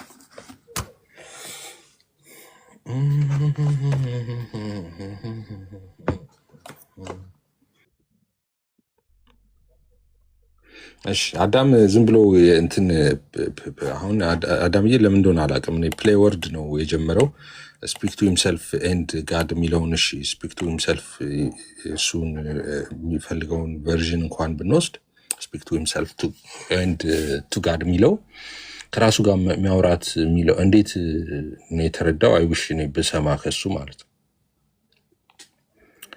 አሜን። ኤፊ ስፒክ ቱ ሂምሰልፍ ይላል። እሺ እሱን እሺ፣ እኔ ሁለተኛውን እየጠየኩ ነበረ። ሁለተኛው አሁን be silent in your church, meet and speak in tongue and speak tongues to God privately ነው የሚለው። ኦኬ speak in tongues to God privately ነው የሚለው the living translation ማለት ነው ትክክለኛ which is እንትኑ ነው። speak to himself and to God የሚለውን አሁን እንዴት ነው የተረዳኸው? አንተን ልጠይቅ ነው። እኔ ከተረዳሁት ውጪ ዓለም ላይ ማለት ለምሳሌ በቋንቋ ከሆነ ይቅርታ ቋንቋ ከሆነ ስፒክ ቱ ሂምሰልፍ ከሆነ ሜክ ሴንስ ያደርጋል። ቋንቋ ከሆነ ማለት ቋንቋ ከሆነ እንደሱ አልጠይኩም። እኔ ጠይቁ ስፒክ ቱ ሂምሰልፍ እኔ ከተረዳሁት ውጪ እኔ ካብራራሁት ውጪ ከሆነ ዓለም ላይ ቋንቋው አዲስ ግኝት ዛሬ ይሆናል ማለት ነው። አዲስ ቋንቋ ይሆናል ማለት ነው። አንተ ስፒክ ቱ ሂምሰልፍ ኤንድ ቱ ጋድ የሚለውን እንዴት ነው የተረዳኸው? እኔ ከምረዳው ውጪ መረዳት አለ ወይ? ለእሱ ነው። አሁን አንተ ለአንተ ማለት ነው ስፒክ ቱ ሂምሰልፍ የሚለው ነገር ምንም ቋንቋ ያልሆነ ነገር ከሆነ doesn't make sense፣ ትርጉም የሌለው ነገር ይሆናል። እኔ አይደለም እኔ አሁን ቋንቋ ነው አይደል አላልኩም። ስፒክ ቱ ሂምሰልፍ እንዴት ብለህ ቋንቋ ነው አላል። እኔ አሁን ቋንቋ ነው የሚተረጎም ነው ማይተረጎም ነው እዚህ ቦታ ላይ አሁን ምንም ነገር ስለሱ እያነሳው አይደለም። እኔ እያልኩ ያለሁት ስፒክ ቱ ሂምሰልፍ ኤንድ ቱ ጋድ የሚለውን አንተ እንዴት ነው የምትረዳው? ይህንን በቋንቋ በአማርኛ እንውሰደውና አማርኛ ልሳንን ተውና አማርኛ ጃፓንኛ የፈለግከውን አድርገውና ስፒክ ቱ ሂምሰልፍ ኤንድ ቱ ጋድ የሚለውን እንዴት ነው የምትረዳው አንተ? ለራሱ መናገር ይችላል በዛ ቋንቋ ለራሱ ማለት ነው። ለራሱ ወይም እና ማለት ነው እና ለእግዚአብሔርም መናገር ይችላል በዛ ቋንቋ። ኦኬ ለራሱ ሲናገር ማለት እንዴት ነው? ማለት ከራሱ ጋር ለምሳሌ አሁን ልክ እኔ አሁን በአማርኛ ከራሴ ጋር በቋንቋ በአማርኛ ቋንቋ ከራሴ ጋር መግባባት ትችላለህ። በማላውቀው በግሪከኛ ግን ከራሴ ጋር ልግባባ አልችልም እኮ። እንዴት ነው የምትግባባ እኮ? እሱን ነው የምጠይቅህ። አሁን ለራሴ ከራስህ ጋር መናገር እችላለሁ። እንዲህ እንዴት እኮ ብለህ? ባደርግ እንደዚህ ባደርግ እንደዚህ ብዬ መናገር እችላለሁ በቋንቋ። ኦኬ። ስለዚህ አሁን በቋንቋ በአማርኛ ቋንቋ ስለምችል ለምሳሌ አዳም እንደዚህ ግዛ፣ መኪና ግዛ፣ ቤት ግዛ እንደዚህ ብለህ ማውራት እችላለሁ። እንደዛ እያልከኝ ነው ከራሴ ጋር ማውራት እችላለሁ እኮ። እንደሱ እያልክ ማውራት አሁን እንዳልኩት አይነት የፈለከውን ቶፒክ ይዘህ እንደዛ ማውራት እችላለሁ እያልከኝ ነው። ትክክል። ግን አሁን ለምሳሌ በአንተ ግን የማይተረጎመው ቋንቋ ግን ሜክ ሴንስ አያደርግም ነው የምልህ። እሺ፣ ያንተ ነው ሜክ ሴንስ የማያደርገው። አሁን በአንድ ደቂቃ ውስጥ የኔ ነው ያንተ ነው ሜክ ሴንስ የማያደርገው። እንዘጋዋለን ይሄን ምዕራፍ ማለት ነው። እሺ፣ ደስ ይለኛል። እስኪ በቃ ይኸው ችግር የለውም። አሁን ሰው ማሽኗን አስነስቻታለሁ። ችግር የለውም። መጨመቃዋ ተጀምረዋል። ስፒክ ቱ ሂምሰልፍ የሚለው አሁን ቋንቋ ነው። ከራስ ጋር ማውራት ይችላል አልክ። እሺ፣ አንተ አሁን ኦሮምኛ፣ ትግርኛ ወይ እንግሊዝኛ እያወራህ ነው ልበል። እሱን ነው ቋንቋ እያልክ ነው አደለ? ምድር ላይ ኤግዚስት የሚያደርግ ቋንቋ ነው እያልክ ነው አደለ? እሺ፣ ምድር ላይ ኤግዚስት የሚያደርግ ቋንቋ እየተናገርክ ራስን ኤዲፋይ ታደርጋለህ? ራስን ማነጽ ትችላለህ እንዴ? ይላል እኮ ቢተረጎም ሰው ይታነጽበታል እያለ። ቆይ ምድር ላይ የሚነገር ቋንቋ መጽሐፍ ቅዱስ እኮ መጽሐፍ ቅዱስ ራሱ የሚተረጎም ከሆነ እሱማ ሰማያዊ መንፈሳዊ ቋንቋ ስለሆነ ነው። እሱ እኔ ነው የሚደግፈው። እዛ ጋር ሳትሄድ አሁን አንተ አሁንማ ሰው ነው ያተነሳች እኮ እንትን አትልም። አሁን አንተ እያልክ ያለው አንድ ሰው ትግርኛ፣ ጃፓንኛ ምናምን እዚህ ነገር ላይ የፈለግከውን ጥያቄ መጠየቅ ይችላለህ። ሞተር አይደለም ጥያቄ አዳም እየሰ አንድ ሰው ትግርኛ እያወራ ኦሮምኛ እያወራ አማርኛ እያወራ ራሱን ያንጻል እያልከኝ ነው። ትርጉሙን የሚያውቀው ከሆነ ስለ መንፈሳዊ ነገር ከራሱ ጋር አሁን ምድር ላይ ይላል መጽሐፍ ቅዱስ እኮ። እሺ፣ ትርጉሙን የምታውቀው አንተ አሁን አማርኛ አታውቅም እንዴ? እኮ የምታውቀው ቋንቋ ከሆነ ራስን እያነጽክ ነው። አማርኛ ቋንቋውን ተናጋሪ ነህ አንተ። አሁን በአማርኛ ተናግረህ ራስን አንጸህ ታውቃለህ? እንዴት በምንድን ነው የምታንጸው ራስን ታዲያ እንዴ? ስለዚህ አማርኛ እነዚህ አማርኛ ቋንቋ ሰውን ኤዲፋይ ማድረግ ይችላል። ማነጽ ትችላለህ እንዴ? ቆይ ስለዚህ አማርኛ ሰዎች ተናግረው ራሳቸውን ማነጽ ይችላሉ፣ ኤዲፋይ ማድረግ ይችላሉ። ምን እንደው ታውቃለህ? ስለ እግዚአብሔር መንፈሳዊ ስለሆነ ነገር በዚህ ቋንቋ ኖ ለምን መንፈሳዊ እስላሞች ጋር ልወስድልህ ነው። እስላሞች ዓላማ ምንድን ነው? ቆይ እስላሞች እሺ፣ አንድ ሙስሊም አለ መሐመድ። የሆነ ከአፍ የሚወጣ ኤነርጂ አለ። ቆይ መሐመድ የሚባል ሙስሊም አለ። ኦኬ፣ መሐመድ የሚባል ሙስሊም አለ። አረብኛ ይችላል እሱ። እንግዲህ የተወለደበት ቋንቋ ነው። ሳውዲ አረቢያ ነው የተወለደው። አረብኛ ይችላል። አረብኛ በመናገሩ ራሱን ያንጻል እያልክ ነው? እኔ ስለ መሐመድ አላወራሁም፣ ስለ ክርስቲያኖች ስለተጻፈላቸው ነው። እዚህ ቦታ ላይ ይሄ ቋንቋ ምድር ላይ ኤግዚስት የሚያደርግ ነው አላልኩም? ይሄ ቋንቋ እሺ፣ ስለ አረቦች አይደለም ማውራት የምፈልገው አይደለም። አንድ ጊዜ ልመልስና እያወራ ያለሁት እኔ ስለ ቋንቋ ነው እያወራለ። ይሄኛው ምድር ላይ ኤግዚስት የሚያደርግ ቋንቋ ነው ካልክ ምድር ላይ ኤግዚስት ከሚያደርጉ ቋንቋዎች አንዱን ፒክ አረኩኝ። አረብኛ ፒክ አረኩ። ሳውዲ አረቢያ ሄድኩኝ፣ አረብኛ ተናጋሪ ያሉበት ሀገር። እሺ፣ ሳውዲ አረቢያ የተወለደ አንድ መሐመድ የሚባል ሰው አረብኛ በመናገሩ ራሱን ያንጻል እያልክ ነው አንተ? ለምሳሌ እየተናገረ አንድ ጊዜ እንድናገር ፍቀድልኝ። እዚህ ቦታ ላይ እየተናገረ ያለው የሚተረጎም ሰዎች የሚረዱት ነገር ከሆነ መንፈሳዊ የሆነ ነገር ስለሚረዱት መንፈሳዊ ነገር በሚያውቁት ቋንቋ የምትናገር ከሆነ ሰዎች ይታነጻሉ። ግን የማያውቁት የምትናገረው ነገር ሰዎች ባያውቁት አይታነጹበትም። ስለማወቅና ስላለማወቅ ነው። መታነጽና አለመታነጽ ከማወቅና ካለማወቅ ጋር የተያያዘ ነው። ኦኬ፣ እሺ። ጳውሎስ ምን ይላል እዚህ ጋር? አሁን ይሄኛው ያልከው ነገር ትክክል ያልሆንበትን በጣም ከይቅርታ ጋር አዳምዬ፣ ጳውሎስ 14:13 ላይ ስለዚህ በልሳን የሚናገር እንዲተረጉም ይጸልይ ይላል። ስለዚህ ቦታ ላይ ወደዛ እያረከሱ ወደዚህ ስለመጣ ነው። አንተ ነው የመጣው፣ እኔ አልመጣሁም። ስለዚህ በልሳን የሚናገር እንዲተረጉም ይጸልይ አለ። ይሄ ልሳን የሚባለው አንተ ምድር ላይ ኤግዚስት የሚያደርግ ቃል ነው ብለሃል። ምድር ላይ ኤግዚስት ያደርጋል ይሄ ቃል ምድር ላይ ኤግዚስት የሚያደርግ በቃ ምድር ላይ ኤግዚስት የሚያደርግ ቃል ከሆነ ይሄ ሰው በልሳን የሚናገረው እንዲተረጉም ይጸልይ ተብሏል። ይሄኛው እሺ ልሳን ምድር ላይ ኤግዚስት የሚያደርግ ሰሙዌር የሚነገር ቋንቋ ከሆነ ለምሳሌ አንተ ጃፓን ትሄዳለህ፣ ከዛ ጃፓንኛ አትችልም፣ ጃፓኖች ደግሞ አገራቸው ነው፣ ጃፓንኛ ይሰማሉ። ስለዚህ ጃፓንኛ ይሰጣል፣ ጃፓንኛ ትናገራለህ፣ ስለዚህ ጃፓኖቹ ይሰማዋል። እንዲተረጉም ይጸልይ የሚባለው ለምንድን ነው? ካዲያ ተርጓሚ ደግሞ በጸሎት ነው የሚቀበለው ይላል፣ የጸጋ ስጦታ ነው ይላል ሐዋርያ ቅዱስ ጳውሎስ። ራሱ ቁጥር 4 ላይ እኮ ራሱ ይታነጽበታል። አየህ፣ ራሱ ይታነጽበታል ማለት ያውቀዋል ማለት ነው፣ ቋንቋውን ያውቃል። ነገር ግን ለሰዎች መተርጎም ደግሞ መተርጎም ደግሞ ሌላ ስኪል ነው። ራሱ ያውቀዋል ያልከው እንዴ? ባያውቀውማ እንዴት ይታነጽበታል? ሳያውቅ ይታነጻል እንዴ? ይኸው እዚህ ጋር ጳውሎስ አያውቅም እያለ ቋንቋውን ያውቋል። ጳውሎስ አያውቅም እያለ ይኸው እንደዚህ ይኸው በልሳን ብጸልይ መንፈሴ ይጸልያል፣ አይምሮዬ ግን ያለ ፍሬ ነው ይላል። አይምሮ አያውቅም እያለ ያለ ፍሬ ነው ማለት አያውቅም ማለት ነው። አዎ በምንኛ አማርኛ ፍሬ ማለት አያውቅም ማለት ነው። አይምሮ ያለ ፍሬ ነው ማለት አያስተውልም፣ አይምሮ አያውቅም ማለት ነው። ምጸልየውን አላውቅም ማለት ዲክሽነሪ ያውጣና የትኛውም ዲክሽነሪ ከዛ ይኸው እዚህ ጋር ሲተረጉመው ራሱ ፍሩትፉል አይደለውም ነው የተናገረ ያለው። አእምሮ መረዳቴ ፍሩትፉል አይደለም፣ አያውቀውም ነው ያለ። ቆይ አያውቀውም ማለት ያው ነው። ቆይ ተረጋጋ። አእምሮ ያለ በልሳን ብጸልይ አለ። ቆይ በልሳን ብጸልይ ኢየሱስ ጌታ ነው። እኩል ማውራት ጀመርን። አሁን ይኸው በልሳን ብጸልይ ይላል፣ መንፈሴ ይጸልያል፣ አይምሮዬ ግን ያለ ፍሬ ነው ይላል። እንግዲህ ምንድን ነው አለና በመንፈስ እጸልያለሁ፣ በአይምሮም እጸልያለሁ አለ። አየህ፣ በመንፈስም እጸልያለሁ፣ በአይምሮም እጸልያለሁ፣ በመንፈስ እዘምራለሁ፣ በአይምሮ እዘምራለሁ አለ። አይምሮ ያለ ፍሬ ነው፣ በመንፈስ እጸልይ እያለ ነው።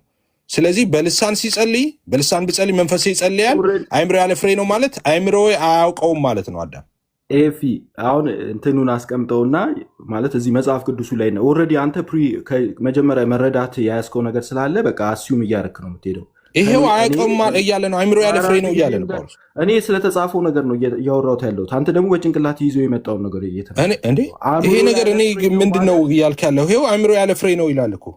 አእምሮ ያለ ፍሬ ነው ማለት መረዳቴ አንፍሩትፉል ነው፣ ፍሬ የለውም። መረዳት ያንተ መረዳት ሰዎችን ማህበሩ አልታነጸበትም። ስለዚህ አንፍሩትፉል ነው። ቆይ አንድ ጊዜ አሁን አንተ የምትለው አሁን እያልክ ያለው አንፍሩትፉል ነው ያለው ማን ነው? እንደዛ ብሎ የተናገረው ማን ነው? እንግሊዝኛው ከፍተው አንፍሩትፉል ይላል። አንፍሩትፉል ነው የሚለው። አንፍሩትፉል ማለት ምን ማለት ነው? ማን ያለው ብለኝ ነበር እኮ አይደል? ቆይ አንፍሩትፉል ማለት ምን ማለት ነው? ማን ያለው ብለኛል ነበር። እንግሊዝኛውን ያየሁት አንተ አልክ። ማይ አንደርስታንዲንግ ይላል። ማይ አንደርስታንዲንግ ማለት መረዳት ማለት ነው። አንደርስታንዲንግ ማለት መረዳት አንፍሩትፉል ነው። መረዳት አንፍሩትፉል ነው ማለት ምን ማለት ነው? አላቅም ማለት ነው። አማርኛው ጋር ምንም የተለየ አይደለም። ምንድን ነው የምትለኝ? አንፍሩትፉል ነው ማለት ምን ማለት ነው? መረዳቴ አንፍሩትፉል ነው ማለት መረዳቴ የጠራ አይደለም፣ ግልጽ አይደለም ነው፣ ሙሉ ቀት አይደለም ነው አይደለ እንዴ? መረዳቴ ፍሩትፉል አልሆነም። ፍሩትፉል ማለት አለማወቅ ማለት ነው። ምንድን ነው የምታወራው? አለማወቅ አይልም። ከፍተው አለማወቅ አይልም። ፍሩትፉል ማለት በዛ ነገር ላይ መረዳቴ ሆዶን ሰከንድ ፍሩትፉል አይደለም ማለት ፍሩትፉል አይደለውም በዚህ ጉዳይ ላይ ማለት ሰክሰስፉል አይደለውም ማለት ነው። መረዳቴ ፍሩትፉል አይደለም ማለት ሰክሰስፉል አይደለም፣ ልረዳ አልችልም ማለት ነው። ምንድን ነው የምታወራው? መረዳቴ ሌሎችን አልጠቀመም ማለት ነው። መረዳቴ ሌሎችን አልጠቀመም ማለት ነው። አዎ እንዴ ሌሎቹን አልጠቀመም ማለት ምን ማለት ነው? ከየት አመጣኸው? በሌሎቹን አልጠቀመም። ያንተ መረዳት አንፍሩትፉል ነው ማለት ያንተ መረዳት ሌሎችን አልጠቀመም፣ ማህበሩ አልታነጸበትም። ለአንተ ፍሩትፉል ካልሆነ ማህበሩ እንዴት ለአንተ እኮ ለእኔ ነው የሚለው። ማህበሩ ጋር ለምን ወሰድከው? እየቀለድክ ነው አዳምዬ? ወይስ ስለ ማህበሩ ነው እያወራ ያለው? የዚህ ቦታ ላይ የተጻፈው ጽሁፍ እንትጻፈልን ስለ ማህበሩ አይደለም። ቆይ እንደዚህ ነው የሚለው በልሳን ብጸልይ አይምሮዬ በመንፈሴ ይጸልያል፣ አይምሮዬ ግን ያለ ፍሬ ነው አለ። ከዛ በኋላ አንተ ምን አልክ? መረዳቴ ፍሩትፉል አይደለም አልክ። እና መረዳቴ ፍሩትፉል አይደለም ብለህ ሌላ ትርጉም መረዳቴ ፍሩትፉል አይደለም ማለት አልረዳም ማለት ነው። ፔሬድ። ምንድን ነው የምታወራው አዳም?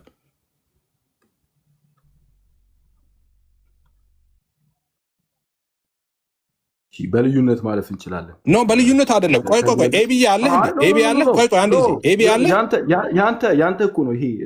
ቆይ ሆዶን ሰከንድ ፕሮዳክቲቭ አይደለም። ሆዶን እሺ፣ አዳምዬ ኤቢ አለ አሎ ኤቢ አሎ ኤቢ ምንድን ነው እያለ ያለው? ይሄኛውን እንግሊዘኛው ይሻላል ብሎ አእምሮ ግን ብጸልይ በልሳን ብጸልይ መንፈስ ይጸልያል፣ አእምሮ ግን ያለ ፍሬ ነው የሚለውን ወሰደና አይ መረዳት ፍሩትፉል አይደለም የሚለው አለ። መረዳት ፍሩትፉል አይደለም ማለት በቃ አንደርስታንድ አላረገው ማለት ነው ስለው አይደለም ይለኛል። ሴይ ሰምቲንግ እዚህ ላይ ኤቢዬ። እኔም ከሱ የተለየ እስኪ ሌሎች ቨርዥኖችንም ማንበብ ይቻላል።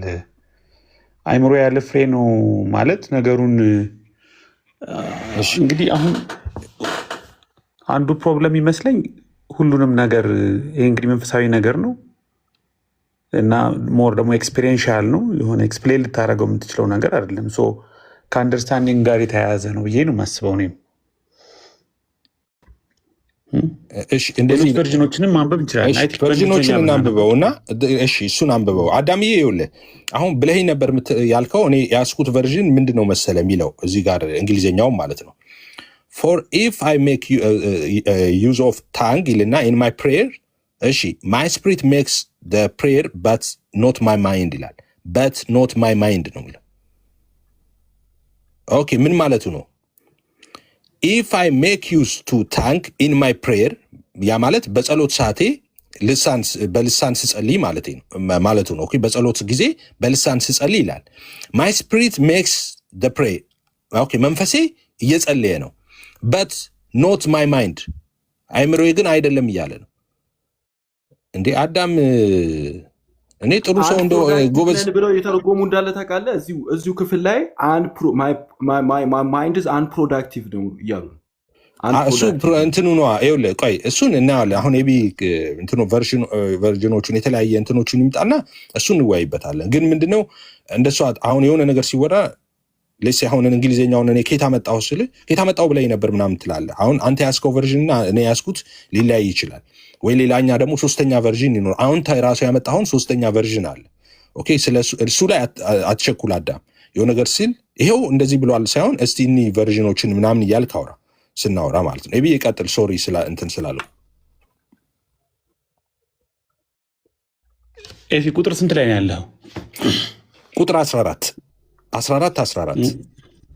እሺ አይ ቲንክ አንተ የከፈትከው ኤንአይቪ ነው። እኔ የከፈትኩት ኤንአይቪ አይደለም። እሺ ኤሲቪ አንፍሩትፉል ነው የሚለው ምናልባት ኤሲቪ አንፍሩትፉል ነው። ማይ ማይንድ ኢዝ አንፍሩትፉል ነው የሚለው። ይሄ እንግዲህ ምናልባት ግሪኩ አካርፖስ ነው የሚለው።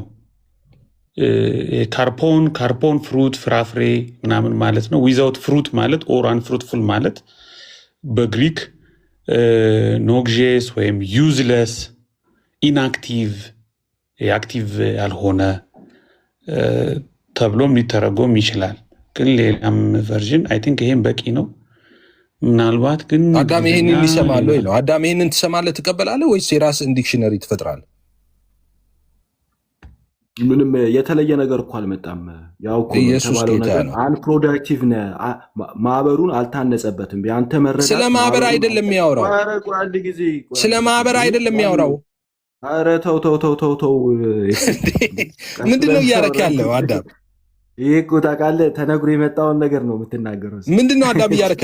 ቆይ ሆዶን ሰከድ ኖ አይደለም። ቆይ ቀጥል። እሺ ለስማ እንዴ ምንድነው እያደረክ ያለው አዳም? በልሳን ብጸልይ መንፈሴ ይጸልያል አይምሮ ግን ያለ ፍሬ ነው እያለ ስለ ራሱ ነው የሚያወራው። ምንድነው ጉባኤ የምትለው? ስለ ጉባኤ አውዱ ስለ ጉባኤ ነው የሚያወራው። በጉባኤ ስለ መጸለይ ስለ ልሳን ምናምን። እዚህ ጋር ኮንቴክስት ማተር ማን ምንድነው እያደረክ ያለው? እዚህ ጋር ያለ ጉባኤ የሚል ነገር አለ እንዴ? እዚህ ጋር ስለ ራሱ ነው የሚያወራው ጳውሎስ። በልሳን ብጸልይ መንፈሴ ይጸልያል ጉባኤው ግን ነው የሚለው እንዴ? በልሳን ብጸልይ መንፈሴ ይጸልያል አይምሮ ግን ያለ ፍሬ ነው። ስለ ራሱ ነው የሚናገረው። ስለዚህ እዚህ ጋር እያለ ያለው ምንድን ነው? አንፍሩትፉል ነው ብለሃል። እኔም ባነበብኩት በአይምሮ አይደለም ያለው። ሁሉም ያሳየው አይምሮው አያውቅም ነው። የእኔ አይምሮ አያውቅም በመንፈስ ጸልይ ነው። ምንድን ነው እያልክ ያለው? እንደዚህ አድርጋ አንብበው 14 እና 15 ይናገርና 16 እና 17 ደግሞ እንደ ኤቪደንስ ያመጣቸዋል። ክሌም ያደርጋል። 16 እና 17ን ደግሞ እንደ ኤቪደንስ ነው የሚያስቀምጣቸው። ከላይ 15 እና 14 እና 15ን ካመጣ በኋላ ከዛው ደግሞ ምን ሊከሰት እንደሚችል ደግሞ 16 እና 17 ላይ ይነግራል። እስኪ አንብቡ። እሺ ሆዶን ሰከንድ አነባ። እኔ በነገራችን በቃሌ ሁሉ አውቀዋለሁ ይህን ክፍል ማለት ነው። በጣም ብዙ ጊዜ ከማጥፋት የተነሳ ይሄ አንተ እንዳልከው ጉባኤ አትበለኝ። እዚህ ጋር ሐዋርያው ቅዱስ ጳውሎስ ስለ ጉባኤ አይደለም የሚያወራው። እሺ ችግር የለውም። ያው 14 እና 16 ለምን ጉባኤ እኮ እመጣልሃለሁ። ወደዛ ልሄድ ነው።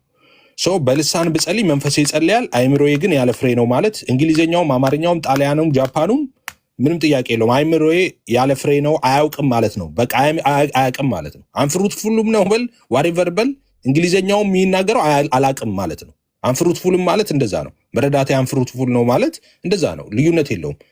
አልረዳም ጭንቅላት አያውቅም ማለት ነው። በመንፈስ ጸልይ ማለት ነው። ምንም ልዩነት የለውም። ከዛስ ቀጥሎም እንግዲህ ምንድን ነው ይልና በመንፈስ ጸልያለሁ በአይምሮም ደግሞ ጸልያለሁ አለ። ዋዳዝ ሚን በመንፈስ ጸልያለሁ በአይምሮም ጸልያለሁ ማለት እንዴ? አዳም ምንድን ነው? አይናችሁን ጨፍኑና ላለሞኛችሁ ማለት በመንፈስ ጸልያለሁ አለ በአይምሮም ጸልያለሁ። በመንፈስ መጸለይና በአይምሮ መጸለይን ለይቶ ነው ያቀረባቸው። አይምሮ ይረዳል ትላለህ አንተ። ካማውን ማን ዩ ቤተር እንደዚህ ከዚህ የተሻልክ አይደለም እንዴ አንተ? ምንድን ነው በመንፈስ ጸልያለሁ በአይምሮም ደግሞ ጸልያለሁ ካለ በኋላ በመንፈስ ዘምራለሁ በአይምሮም ደግሞ ዘምራለሁ አለ። ለያይቶ ነው የሚያቀርባቸው። ስለዚህ የሚገናኝ አይደለም። እዚህ ጋር አያውቀውም ነው የሚለው እንግሊዝኛውም ጣሊያኑም ጃፓኑም እንደዛ ነው የሚለው። እንዴ ሰው ይታዘበናል እኮ 600 ሰው አለ። ከዛ 16 ብለኛል። 16 ጋር ልምጣል። እንዲህማ ካልሆነ ይላል። እሺ እንዲህ 16 ላይ እንዲያማ ካልሆነ አንተ በመንፈስ ብትባርክ ይላል። አንተ በመንፈስ ብትባርክ ባልተማሩት ስፍራ የተቀመጠው የምትለውን ካላወቀ እንዴት አድርጎ ለምስጋና አሜን ይላል አለ። ኦኬ እዚህ ጋር እያለ ያለው ምንድን ነው? ኦኬ በመንፈስ ብትባርክ አንተ ስለ ልሳን ነው የሚያወራው። በልሳን ብታወራ አንተ አሁን ኦኬ ባልተማሩት ስፍራ የተቀመጠው የምትለውን ካላወቀ እንዴት አድርጎ ለምስጋና አሜን ይላል አለ። እውነት ነው። ለምስጋና አሜን አይልም ያልተማረ ሰው ጋር ተቀምጠ በልሳን ብታወራ። ከዛስ አንተማ መልካም ታመሰግናለህ፣ ሌላው ግን አይታነጽበትም አለ። ትክክል። አንተ መልካም ታመሰግናለህ፣ አንተ እያመሰገንክ ነው፣ ሌላው ግን አይታነጽበትም። ሌላው ማይታነጽበት ለምንድን ነው? ያልተማረ ነው። ከታችም ወርዶ ያልተማረ ያላመነ እያለ ይነግርሃል። ስለዚህ ያ ሰው የምትለው አይገባውም። አንተ ራስን ኤዲፋይ ታደርጋለህ፣ እሱ ግን በዛ ኤዲፋይ እየሆነ አይደለም። ስለዚህ ምንድን ነው ወደ ታችም ወደ ላይም ወርደ የተናገርኩትን ሀሳብ የሚሽር ነገር የለም።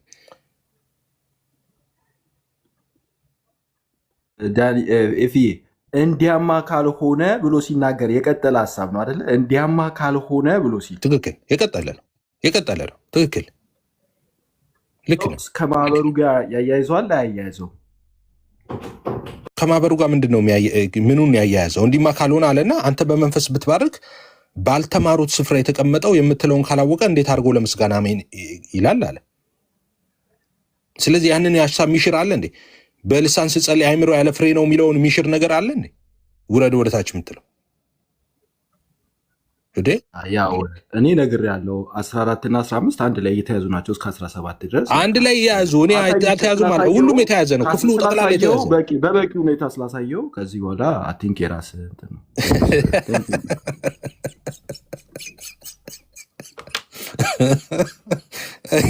እሺ አዳሚ፣ እሺ ግን በነገራችን ላይ ይሄ በልሳን መጸለይ ጋር ብቻ በተያያዘ አይደለም። አማርኛም ስንጸልይ በነገራችን ላይ እኛ ስንጸልይ ራሱ እንዴት መጸለይ እንዳለብን አናውቅም። እኛ ራሱ በመጸለይ ራሱ እና መንፈስ ቅዱስ ራሱ ጋይድ የሚያደርገን ለዛ ነው። በአማርኛም ብትጸልይ ማለት ነው። ልሳን ብቻ ስለሆነ አይደለም። እኔ ሰው ለምን አውቅ? እሺ ላሳያችሁ፣ እሱን ጥቅስ አንድ ጊዜ ላሳያችሁ። ልሳን ስለሆነ ብቻ እኮ አይደለም። እመጣበታለሁ፣ በዚህ ጋር እመጣበታለሁ። እሺ እንደዚህ ይላል። ከየቱ ጋር ጀምሮ ላንብብላችሁ?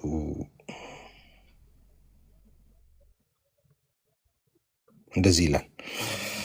እሺ ከሮሜ 8 ከ26 ጀምሮ ላንብብላችሁ። ሮሜ 6:26 ጀምሮ። እንዲሁም ደግሞ መንፈስ ድካማችንን ያግዛል፣ እንዴት እንድንጸልይ እንዲገባን አናውቅምና። እንዴት እንድንጸልይ እንደሚገባን አናውቅምና፣ ነገር ግን መንፈስ ራሱ አይደለም።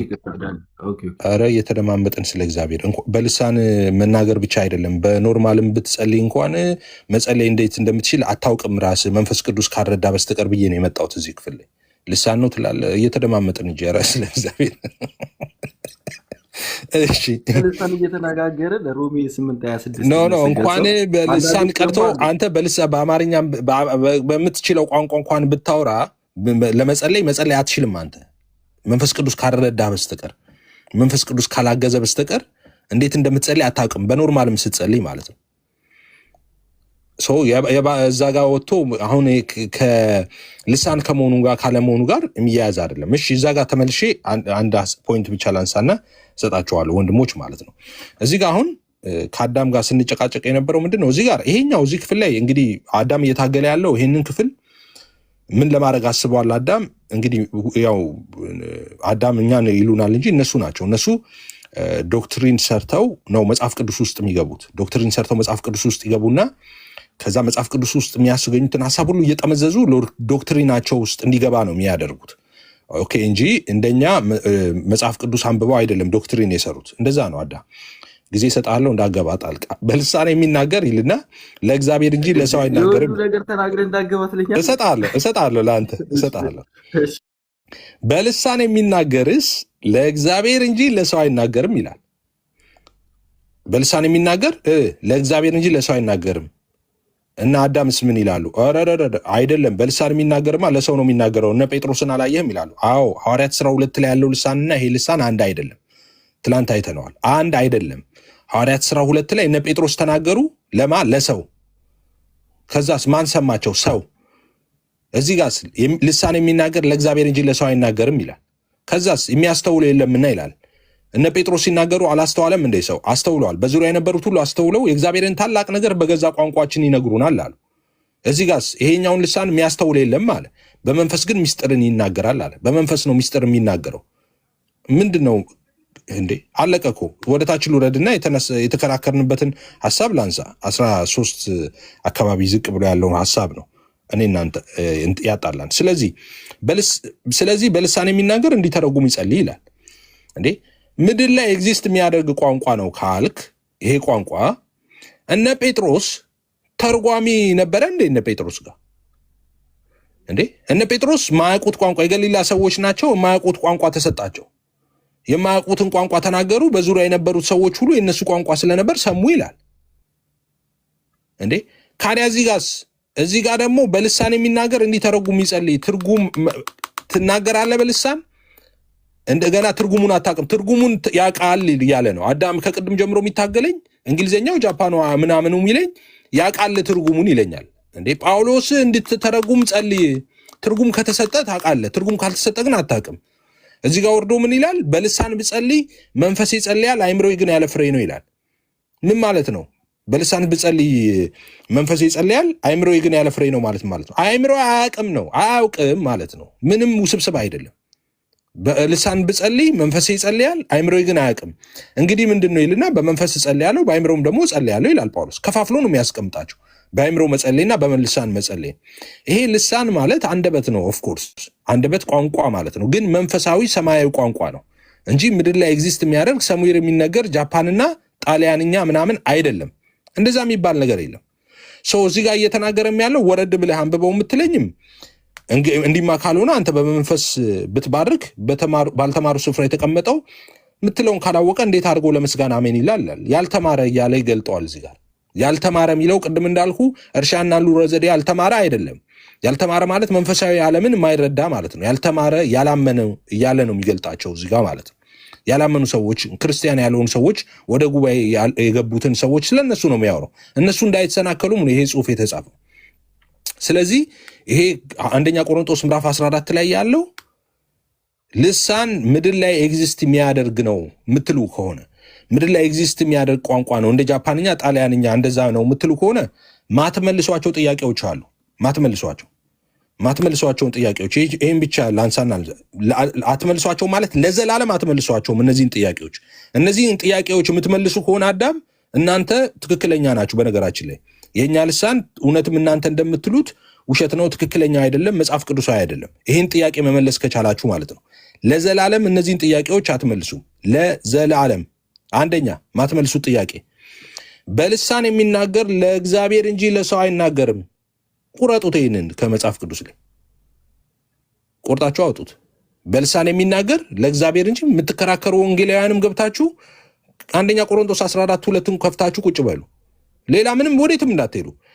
በልሳን የሚናገር ለእግዚአብሔር እንጂ ለሰው አይናገርም፣ የሚያስተውለውም የለም፣ በመንፈስ ግን ምስጢርን ይናገራል። አለቀ በቃ። ትቆርጠዋለህ። ይህንን ለእግዚአብሔር ነው የምትናገረው ለሰው አይደለም አለ። ካዲያ ምድር ላይ ኤግዚስት የሚያደርግ ቋንቋ ነው የምትለው ከየት አምጥተህ ነው? የሚያስተውለውም የለም አለ። ቆይ ልጨርስ። ዳኒ አፍጥነዋል። ልጨርስ። ብዙ ነገር እያልከኝ አንድ ነገር ቆይ ልጨርስ።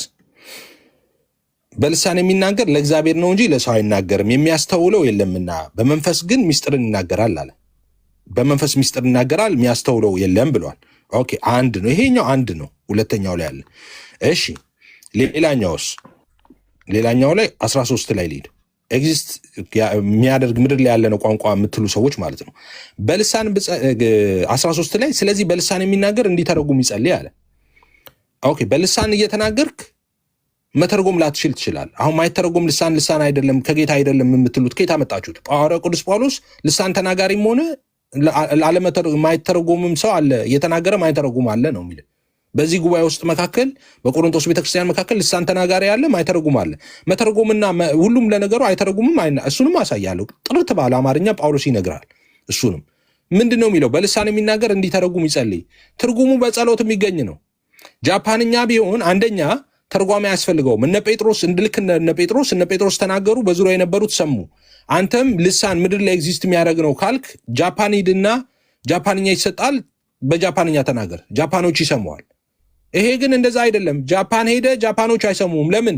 ልሳን ተሰጥቶም ተናግረ የምትናገረው አንተም አታውቀውም። ይኸው ጳውሎስ በልሳን ብጸልይ መንፈስ ይጸልያል፣ አእምሮ ያለ ፍሬ ነው ይላል። የሚሰማህም አያውቀውም። ስለዚህ ትርጉም ያስፈልጋል። ትርጉሙን ጸልየ ነው የምትቀበለው። የጸጋ ስጦታ ነው። በግልጽ ነው መጽሐፉ የሚያስቀምጠው። ይኸው እዚሁ ጋር አንደኛ ቆሮንቶስ 14 አይደል ያለ ነው። አንደኛ ቆሮንቶስ ምዕራፍ 12 ላይ እንደዚህ ብሎ በግልጽ ያስቀምጣል። እሱም ብዬ ልጨርስ። አንደኛ ቆሮንቶስ ምዕራፍ 12 ላይ እንደዚህ ነው የሚለው። ይሄ በግልጽ ነው የሚያስቀምጠው በነገራችን ላይ ማለት ነው። እንደዚህ ይላል፣ አሰራር ልዩ ልዩ ነው ይላል። አንደኛ ቆሮንቶስ 12:6 አሰራር ልዩ ልዩ ነው፣ ሁሉም በሁሉ የሚያደርግ እግዚአብሔር ግን አንድ ነው። ነገር ግን መንፈስ ቅዱስ መግለጥን ለእያንዳንዱ ለጥቅም ይሰጠዋል አለ። ለአንዱ ጥበብ መናገር በመንፈስ ይሰጠዋል፣ ለአንዱም በዚያው መንፈስ እውቀትን መናገር ይሰጠዋል። እሺ፣ ለአንዱም በዚያው መንፈስ እምነት፣ ለአንዱም በዚያው መንፈስ የመፈወስ ስጦታ፣ ለአንዱም ታምራት ማድረግ፣ ለአንዱም ትንቢት መናገር፣ ለአንዱም መናፍስት መለየት፣ ለአንዱም በልዩ አይነት ልሳን መናገር፣ ለአንዱም በልሳን የተነገረውን መተርጎም ይሰጠዋል። አዎ የጸጋ ስጦታ ነው፣ መናገርም መተርጎምም። ምድር ላይ ኤግዚስት የሚያደርግ ቋንቋ ነው ትለኛለህ እንዴ? ካዲያ አረቦች አሁን አረብኛ ይናገራሉ። ቋንቋ ማለት ቋንቋ ነው ካልክ፣ ይሄ ምድር ላይ ያለው ቋንቋ ነው ካልክ አረቦቹ ይናገራሉ አይደለም እንዴ? ቋንቋ አይናገሩም እንዴ? አረቦቹ ይናገራሉ። ስለዚህ ቋንቋ የሚናገሩት አረቦች የጸጋ ስጦታ ተሰጥቷቸዋል ማለት ነው በመንፈስ ቅዱስ አማካኝነት። ቋንቋ ነው ካልክ አዎ፣ ቋንቋ የሌለው ህዝብ የለም አላለም እንዴ ጳውሎስ? አንደኛ ቆሮንቶስ ምዕራፍ 14 ላይ ቋንቋ የሌለው ህዝብ እኮ የለም። ስለዚህ ሁሉም የመንፈስ ቅዱስ የጸጋ ስጦታ ተሰጥቶታል ማለት ነው እንዴ? ምድር ላይ ኤግዚስት የሚያደርግ ቋንቋ ነው የምትለኝ? ካዲያ መንፈስ ቅዱስ ለእያንዳንዱ እንደወደደ ያካፍላል የቤተ ክርስቲያን እያለ ለምንድን ነው የሚናገረው? ምድር ላይ ኤግዚስት የሚያደርግ ቋንቋ ከሆነ ደግሞስ እነ ጴጥሮስ እንደተናገሩት ምድር ላይ ኤግዚስት የሚያደርግ ቋንቋ ከሆነ ትናገራለህ፣ ሰሚው ይሰማሃል። ትርጉም ደግሞ ለምን አስፈለገ? የጸጋ ስጦታ ነው፣ ትርጉም ደግሞ ለምን ይላል? እዚሁ ክፍል ላይ ይኸው 12 ላይ እዛው ዝቅ ብሎ ይደግመዋል። ደግሞ በጣም እንትን ብሎ ነው የሚናገረው። በነገራችን ላይ ይኸው 28 ላይ ደግሞት እንደዚህ ይላል። 28 ላይ እግዚአብሔርም በቤተ ክርስቲያን አንዳንዶቹን አስቀድሞ አለ። አሁን ስለ ቤተ ክርስቲያን ነው የሚያወራው። በነገራችን ላይ 27 ላይ እንደዚህ ብሎ ነው የሚጀምረው። እናንተ የክርስቶስ አካል ናችሁ፣ እያንዳንዳችሁን ብልቶች ናችሁ ብሎ ስለ ቤተ ክርስቲያን ማውራት ጀምሯል። እሺ፣ እግዚአብሔርም በቤተ ክርስቲያን አንዳንዶቹን አስቀድሞ ሐዋርያትን፣ ሁለተኛም ነቢያትን፣ ሶስተኛም አስተማሪዎችን፣ ቀጥሎም ታምራት ማድረግ፣ ቀጥሎም የመፈወስ ስጦታ፣ እርዳታን፣ ማገዛዝንም የልዩ ልዩ አይነት ልሳኖችንም አድርጓል። እግዚአብሔር በቤተ ክርስቲያን ነው የሚለው። እግዚአብሔር በምድር ወይም እግዚአብሔር በመስጊድ አይደለም የሚለው። ቋንቋው ኤግዚስት የሚያደርግ ምድር ላይ ምናምን የምትል ከሆነ ሁሉም ቋንቋ አለው፣ ሁሉም የመንፈስ ቅዱስ ስጦታ ተካፋይ ነው፣ ሁሉም ቤተክርስቲያን ነው እያልክ ነው። አቤት! ከዛስ ሁሉ አርያ ናቸው ነው ይላል፣ አይደሉም ነው። ሁሉ ነቢያት ናቸው ይላል፣ አይደሉም ነው። ሁሉስ አስተማሪዎች ናቸው፣ ሁሉስ ታምራት ይሰራሉ። እሺ ሁሉስ የመፈወስ ስጦታ አላቸው፣ ሁሉስ በልሳን ይናገራሉ፣ ሁሉስ ይተረጉማሉ ይላል፣ አይተረጉሙም ነው። ካዲያ ምድር ላይ ኤግዚስት የሚያደርግ ቋንቋ ነው የምትለው ኬታ አምጥተው ነው? አመሰግናለሁ። ቀጥል አዳሚ። እሺ ቴንክ ዩ አመሰግናለሁ። የመንፈስ ቅዱስ ስጦታ ለምን ሆነ ብሎ ተናግሮ ነበረ ዳኒ ኤፊ ማለት ነው። ምክንያቱም ስጦታ የተባለበት ምክንያት ምን መሰለ? ስጦታ የተባለበት ምክንያት ከቤተሰቦች ተምረህ አይደለም፣ ወይ ደግሞ ትምህርት ቤት ገብተህ የተማርከው ቋንቋ አይደለም። ከቤተሰብ ተወልደ የተማርከው አይደለም፣ ወይ ደግሞ በትምህርት ቤት ተምረህ የምታገኘው እንደዚህ አይነት ቋንቋ አይደለም። መንፈስ ቅዱስ ገልጦልህ ነው። የመንፈስ ቅዱስ ስጦታ ነው። መንፈስ ቅዱስ ነው ያናገረ ያን ቋንቋ፣ ምድራዊ ቋንቋ። ለምሳሌ እኔ ቻይንኛ አልናገርም፣ ነገር ግን እግዚአብሔር ትምህርት ቤት ሳልገባ ከወላጆቼ ሳልማር መንፈስ ቅዱስ ገልጦልኝ ቻይንኛ ብናገር ያ ስጦታ ይባላል። አየህ፣ ስጦታ የተባለበት ምክንያት ከእኔ ባልሆነ ነገር ስለሆነ ነው ስጦታ የተባለው። እኔ ምንም ኤፈርት ሳላደርግ ያ መናገሬ ነው ስጦታ የተባለው እንጂ ምድር ላይ ከሆነ እንዲህ ስጦታ ይሆናል ብሎ እንጃ። እንደዛ ቆንጆ። እዚህ ጋር ልትጠይቅ፣ እዚህ ጋር ላንሳ፣ እዚህ ጋር ፖይንት ላንሳለ፣ እዚህ ጋር ሳትሄድ እንትን ሳይል ማለት ጥሩ ጨርስና በኋላ ታነሳልኛል። እሺ፣ እንደዛም እንችላለን። እሺ፣ ጎሄድ። እሺ፣ እንደዛም እንችላለን። ጎሄድ። ቁጥር ሁለት ላይ ቻሌንጅ ያደረከውን ብቻ መልሼ እሄዳለሁ እና ቁጥር እሄዳለሁ ምንድን ነው ማለት? እሄዳለሁ ማለት ወደታች እወርዳለሁ እንጂ እዚያ ያለው በልሳን የሚናገር ለእግዚአብሔር እንጂ ለሰው አይናገርም ይላል። በልሳን የሚናገር ለእግዚአብሔር እንጂ ለሰው አይናገርም። ከዛውም ቀጥሎ ምክንያቱን ያስቀምጣል። በልሳን የሚናገር ለእግዚአብሔር እንጂ ለሰው አይናገርም ማለት። ከዛው ምክንያቱ ምንድን ነው? ስለማይረዱት ሰዎች ካልተረዱት ለሰው አልተናገረም ማለት ነው። ለእግዚአብሔር ነው የተናገረው። እግዚአብሔር ሁሉን አዋቂ ስለሆነ ለእግዚአብሔር ነው የተናገረው። የሚያስተውለው የለምና፣ ወይ ደግሞ የሚያስተውለው የተባለው አንደርስታንድ የሚያደርግ ማለት ነው። ያንን ነገር የሚረዳ ስለሌለ ለሰው አልተናገረም፣ ለእግዚአብሔር ነው የተናገረው። በልሳን የሚናገር ለእግዚአብሔር እንጂ ለሰው አይናገርም ሲባል አይ በቃ ለሰው አትናገርም ምናምን እንደዛ አይደለም እየተባልክ ያለው። ሰው ካልተረዳ ለእግዚአብሔር ነው የተናገርከው። ሰው ካልተረዳ ትርጉሙን ካላወቅ፣ ስለዚህ ሚስጥርንም መንፈሳዊ ሚስጥርን ይናገራል ተብሎ ተነግሮላል። እታች ትሄድና ደግሞ ምን አለ እንደው ፈጠና አድርጌ አጭር ነው የምናገረው። ሁላችሁም እስኪ አስተውሉ፣ ሁላችሁም አስተውሉ። ልሳን የሚተረጎም ከሆነ ማህበሩ ይታነጽበታል። ልሳን ከተተረጎመ ማህበሩ ይታነጽበታል። ልሳን የሚናገር ሰው ግን ራሱ ያነጻል ይላል። ልሳን የሚናገር ሰው ራሱን ያነጻል ይላል።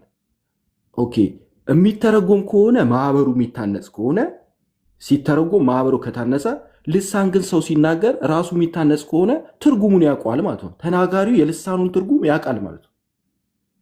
አለበለዚያማ መታነጽና ማወቅ መታነጽ ከማወቅ ከመረዳት ጋር ተያይዞ ሳይረዳው ነው የሚታነጸው ብለህ የምትናገር ከሆነ ለምን ሳይረዱ አልታነጹ? ማህበሩ ሳይረዱ ለምን አልታነጹ?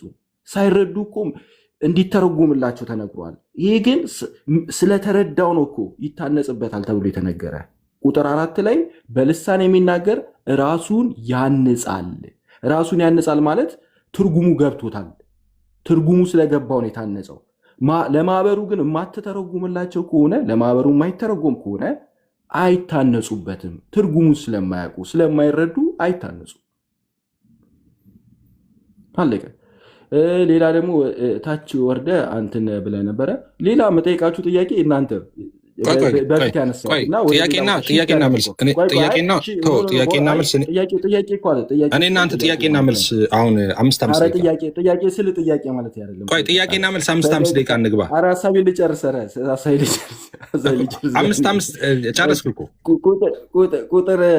ቁጥር 28 ላይ የሚተረጉም ባይኖር ይላል በማህበር መካከል ዝም ይበልና ይላል። የሚተረጉም ከሌለ በማህበር መካከል ዝም ይበልና ለራሱ እና ይላል። ለራሱና ለእግዚአብሔር ይናገር ይላል። ይህን ነበረ ወደ ሌላ ቦታ ሄደን እንግሊዝኛው ምናምን ስናይ የነበረው ለራሱ መናገር አለበት። በማታውቁት ቋንቋ እስኪ ቀስ ብላችሁ አስቡት። በማታውቁት ቋንቋ ለራሳችሁ እንዴት ብላችሁ እንደምትነጋገሩ ከራሳችሁ ጋር በማታውቁት ቋንቋ እስኪ ለጥቂት ለ5 ሰከንድ በማታውቁት ቋንቋ ከራሳችሁ ጋር ለመነጋገር ሞክሩ። ኢምፓስብል የማይቻል ነገር ነው። ስለዚህ ይሄ ቋንቋ ተናጋሪው ማወቅ አለበት። የሚያውቀው ቋንቋ ከሆነ ብቻ ነው ሜክ ሴንስ የሚያደርገው። የማያውቀው ቋንቋ ከሆነ ከራሱ ጋር እንዴት ብሎ ያወራል? ከራሱ ጋር መነጋገር ስለማይችል ኢምፓስብል። በማታውቀው ቋንቋ ከራስ ጋር ልታወራችል። አለቀ። እሺ 5 ደቂቃ ጥያቄና መልስ። ደቂቃ ማነው የሚያስቀምጥልን? ደቂቃ አስቀምጡልን። ምን ልጠይቅ ነው ዳኒ? ተጠያየቅን እኮ እንዳለ እኮ አለቀ። ሌላ ምን ትጠይቀኛል? 5 ደቂቃ እንጠይቅ። 5 ደቂቃ እንጠይቅ። ከፈለግ 1-2 ጥያቄ ጠይቀኝ። አለቀ። ግን ሌላ ምንም ሁለት ደቂቃ ተናግሬ ልውረድ። የግድ መሄድ ያለብኝ ነው እንዴ? እሺ አለ ብዬ እኮ ነው ብዬ ቀጥቀሽ ጎሄድ ብዬ ጎሄድ። አንድ ሰው በሚያውቀው ቋንቋ ልሳን እዚህ ጋር 1ኛ ቆሮንቶስ ላይ የተጠቀሰው ቋንቋ ወይም ልሳን የሚታወቅ ቋንቋ ከሆነ ለራሱ እና ለእግዚአብሔር የሚናገርበት ያ ልሳን ከሆነ ሰውየው የራሱ ኦሪጂናሊ የሚናገረው ቋንቋ ካለ በዛ ኦሪጂናሊ በሚናገረው ቋንቋ ለራሱም ለእግዚአብሔርም ሊናገር ሲገባው እንደ ስጦታ በተሰጠው ልሳን ተመልሶ እንዴት ለራሱና ለእግዚአብሔር በዛ በአዲሱ በሌላ ሀገር ቋንቋ ወይም በሌላ ሰው ቋንቋ ሊናገር ይችላል? ግልጽ ነው ኤፋ? ሀሳቤ በጣም ግልጽ ነው። አሁን አንተ አማርኛ ትናገራለህ። ለምሳሌ ልሳን የሆነ ሀገር ቋንቋ ነው እንበል፣ ስፓኒሽ ልሳን በቃ ተሰጠህ እንበል። አሁን አንተ በግል በምትጸልይበት ጊዜ ለምን በስፓኒሽ ትጸልያለህ? ለአንተና ለእግዚአብሔር በአማርኛ ለምን አትጸልይም? አንዱ እንትን ይሄ ነው። ግን የተዘለለችው ክፍል ምንድን ነው? ቁጥር 2 ላይ ያለችው ነው። ቁጥር 2 ላይ ያለችው በልሳን የሚናገር ለእግዚአብሔር እንጂ ለሰው አይናገርም ይልና የሚያስተውለው የለምና በመንፈስ ግን ሚስጥርን ይናገራል። ሚስጥር ነው የሚናገረው። ያንን ሚስጥር ሰው አይረዳውም። ሎጂካሊ ይሄ 1ኛ ቆሮንቶስ ምዕራፍ 14 ከቁጥር 1 እስከ 25 ያለው ክፍል እስከ 25 ድረስ ያለው አርጊውመንት በደንብ ካነበብ ነው ከልሳን ይልቅ ትንቢትን ፈልጉ ነው።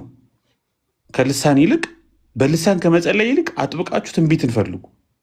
ኦኬ፣ ትንቢትን መናገር ሰዎች ስለሚረዱት ጉባኤው ይታነጻል ከሆነ አርጊውመንቱ የጳውሎስ ልክ ነው።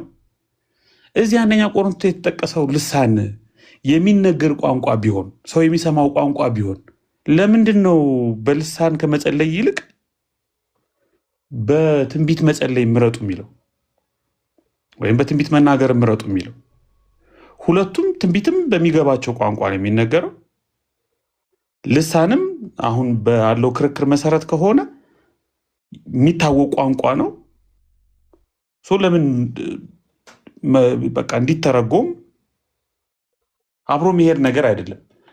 ግን ከ1 እስከ 25 ያለው 14 ከ1 እስከ 25 ያለው ሀሳብ በዋናነት ትንቢት ጉባኤውን ቢውልድ አፕ ስለሚያደርግ ስለሚያንጽ፣ ልሳን ግን በግልም የሚጸለይ ስለሆነ ሞር ጉባኤውን የሚያንጸው ቢውልድ አፕ የሚያደርገው ልሳን ስለሆነ ትንቢት ስለሆነ እሱን ምረጡ ነው። መሀል ላይ ሁሉ በፍቅር እንዲሆን ቻፕተር 3 እንደ ኢንተርሉድ እንደ ሰበር ዜና ገብታለች። ትምህርቱ የሚጀምረው ምዕራፍ 12 ላይ ነው። ስለ ጸጋ ስጦታዎች የሚያወራው ምዕራፍ 12 እና 14 ነው። 13 አይ የፈለገ ልሳን ብትናገሩ የፈለገ ትንቢት ብትናገሩ ግን በፍቅር አድርጉት፣ በስርዓት አድርጉት ይላል። 14ም የመጨረሻ ቁጥር 40 ስናነበው ሁሉ በአግባብና በስርዓት ይሁን ይላል። የጳውሎስ ጭንቀት ስርዓት እንዲኖር ነው እና ጉባኤው እንዲታነጽ ነው። አይ ቲንክ አርጊውመንቱ ለእኔ በጣም ክሊር ሆኖ የሚታየኝ አይ ዶንት ኖ ለምን ለብዙ ሰዎች ኮንፊውዝ እንደሚያደርግ አላቅም።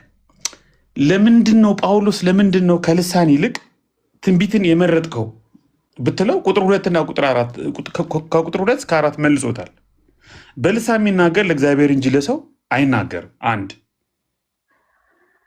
የሚያስተውለው የለም፣ ኢንኢንተሊጀብል ነው፣ አንደርስታንድ አይደረግም። 2 የሚያስተውለው የለም፣ በመንፈስ ግን ሚስጥር ይናገራል። 3 ሚስጥራዊ ንግግር ነው። ይሄ ነው አርጊመንቱ። በትንቢት የሚናገርስ ጳውሎስ ብትለው አይ በትንቢት የሚናገር ግን ለማነጽ፣ ለማጽናናት፣ ለሰው ይናገራል። በልሳን የሚናገርስ ራሱን ያንጻል። ትንቢት የሚናገርስ ማህበሩን ያንጻል። ሁላችሁም በልሳኖች ልትናገሩ ወድ ነበር፣ ትንቢትን ልትናገሩ ግን ከዚህ ይልቅ ወዳለሁ። ማህበሩ ይታነጽ ዘንድ ንግግሩን ባይተረጉም በልሳኖች ከሚናገር ትንቢትን የሚናገር ይበልጣል። መጨረሻ ላይ ቁጥር 12 የሚናገረው እናንተ መንፈሳዊ ስጣትን በብርቱ የምትፈልጉ ከሆናችሁ ቤተክርስቲያንን ለማነጽ እንዲበዛላችሁ ፈልጉ።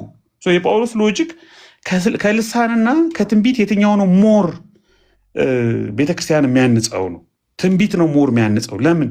ትንቢት ለሰው የምትናገረው ለማህበሩ የምትናገረው፣ ልሳንስ ለራስህም ሚስጥር የምትናገርበት ለእግዚአብሔር የምትናገርበት ስለሆነ ምናልባት ከተተረጎመ ግን ማህበሩ ሊያንጽ ይችላል። ይሄ ነው የጳውሎስ ክሊር የሆነ ትምህርቱ ይሄ ነው።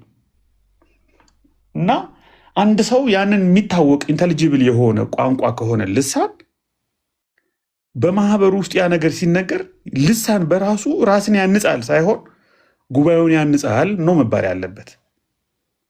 አዝፋራስ እንግዲህ ክፍል እስከተረዳ ነው ድረስ ተባረኩ። ምናልባት ከ30 ደቂቃ በኋላ መልሳሉ ካላችሁ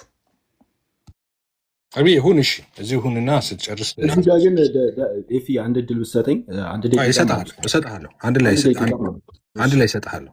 አዳም በቃ ጥያቄና መልሱ ይቀር። ጥያቄና መልስ አንተ ያው እንትን የለኝም ስላልክ እኔ ጥያቄ ስለሌለኝ ነው። ጥያቄ ግን ካለ ብጠይቀኝ ችግር የለብኝም። እኔ ግን ጥያቄ እንዳለ ጠየቁ። ጥያቄ ከጠየቅ ልጠይቅህ ነው።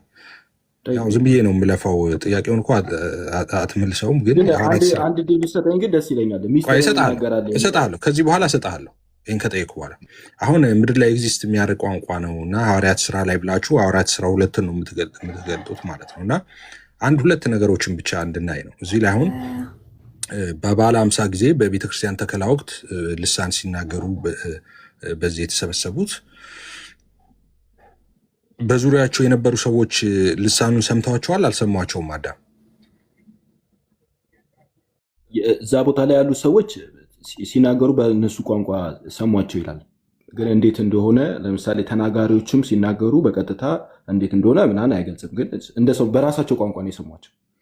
በግልጽ ነው እንጂ ምን እነ ጴጥሮስ በነዛ በዙሪያቸው ባሉ ሰዎች ቋንቋ ነው የተናገሩት። በዙሪያቸው ያሉ ሰዎች ደግሞ ቋንቋቸው ስለሆነ ሰሙ። እንደዚህ ነው የሚሉት የቄርጥና የአረብ ሰዎች የእግዚአብሔርን ታላቅ ስራ በልሳኖቻችን ሲናገሩ እንሰማቸዋለን አሉ ይላል።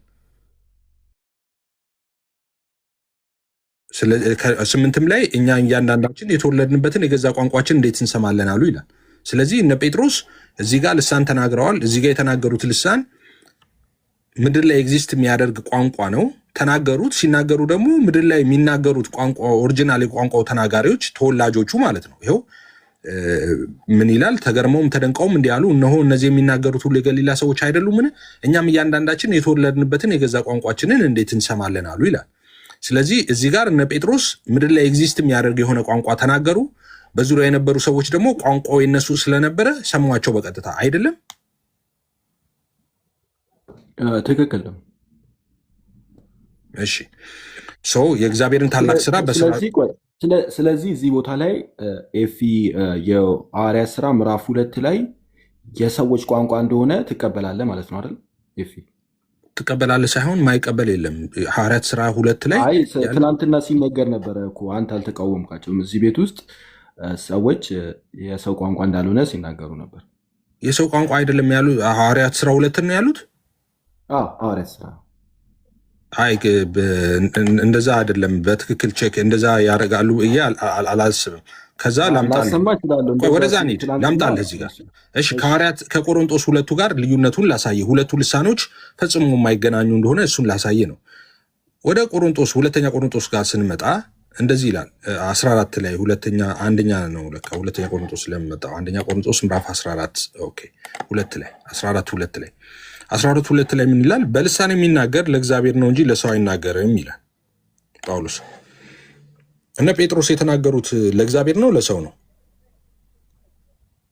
ግላየ አሁን በፊትም ስናገር የነበረው ይህንን ነው። መልሱ ትክክል ነው። ትርጉሙ ቆይ አንድ ጊዜ ትርጉሙ የማይታወቅ ከሆነ መልሱ ትክክል ነው።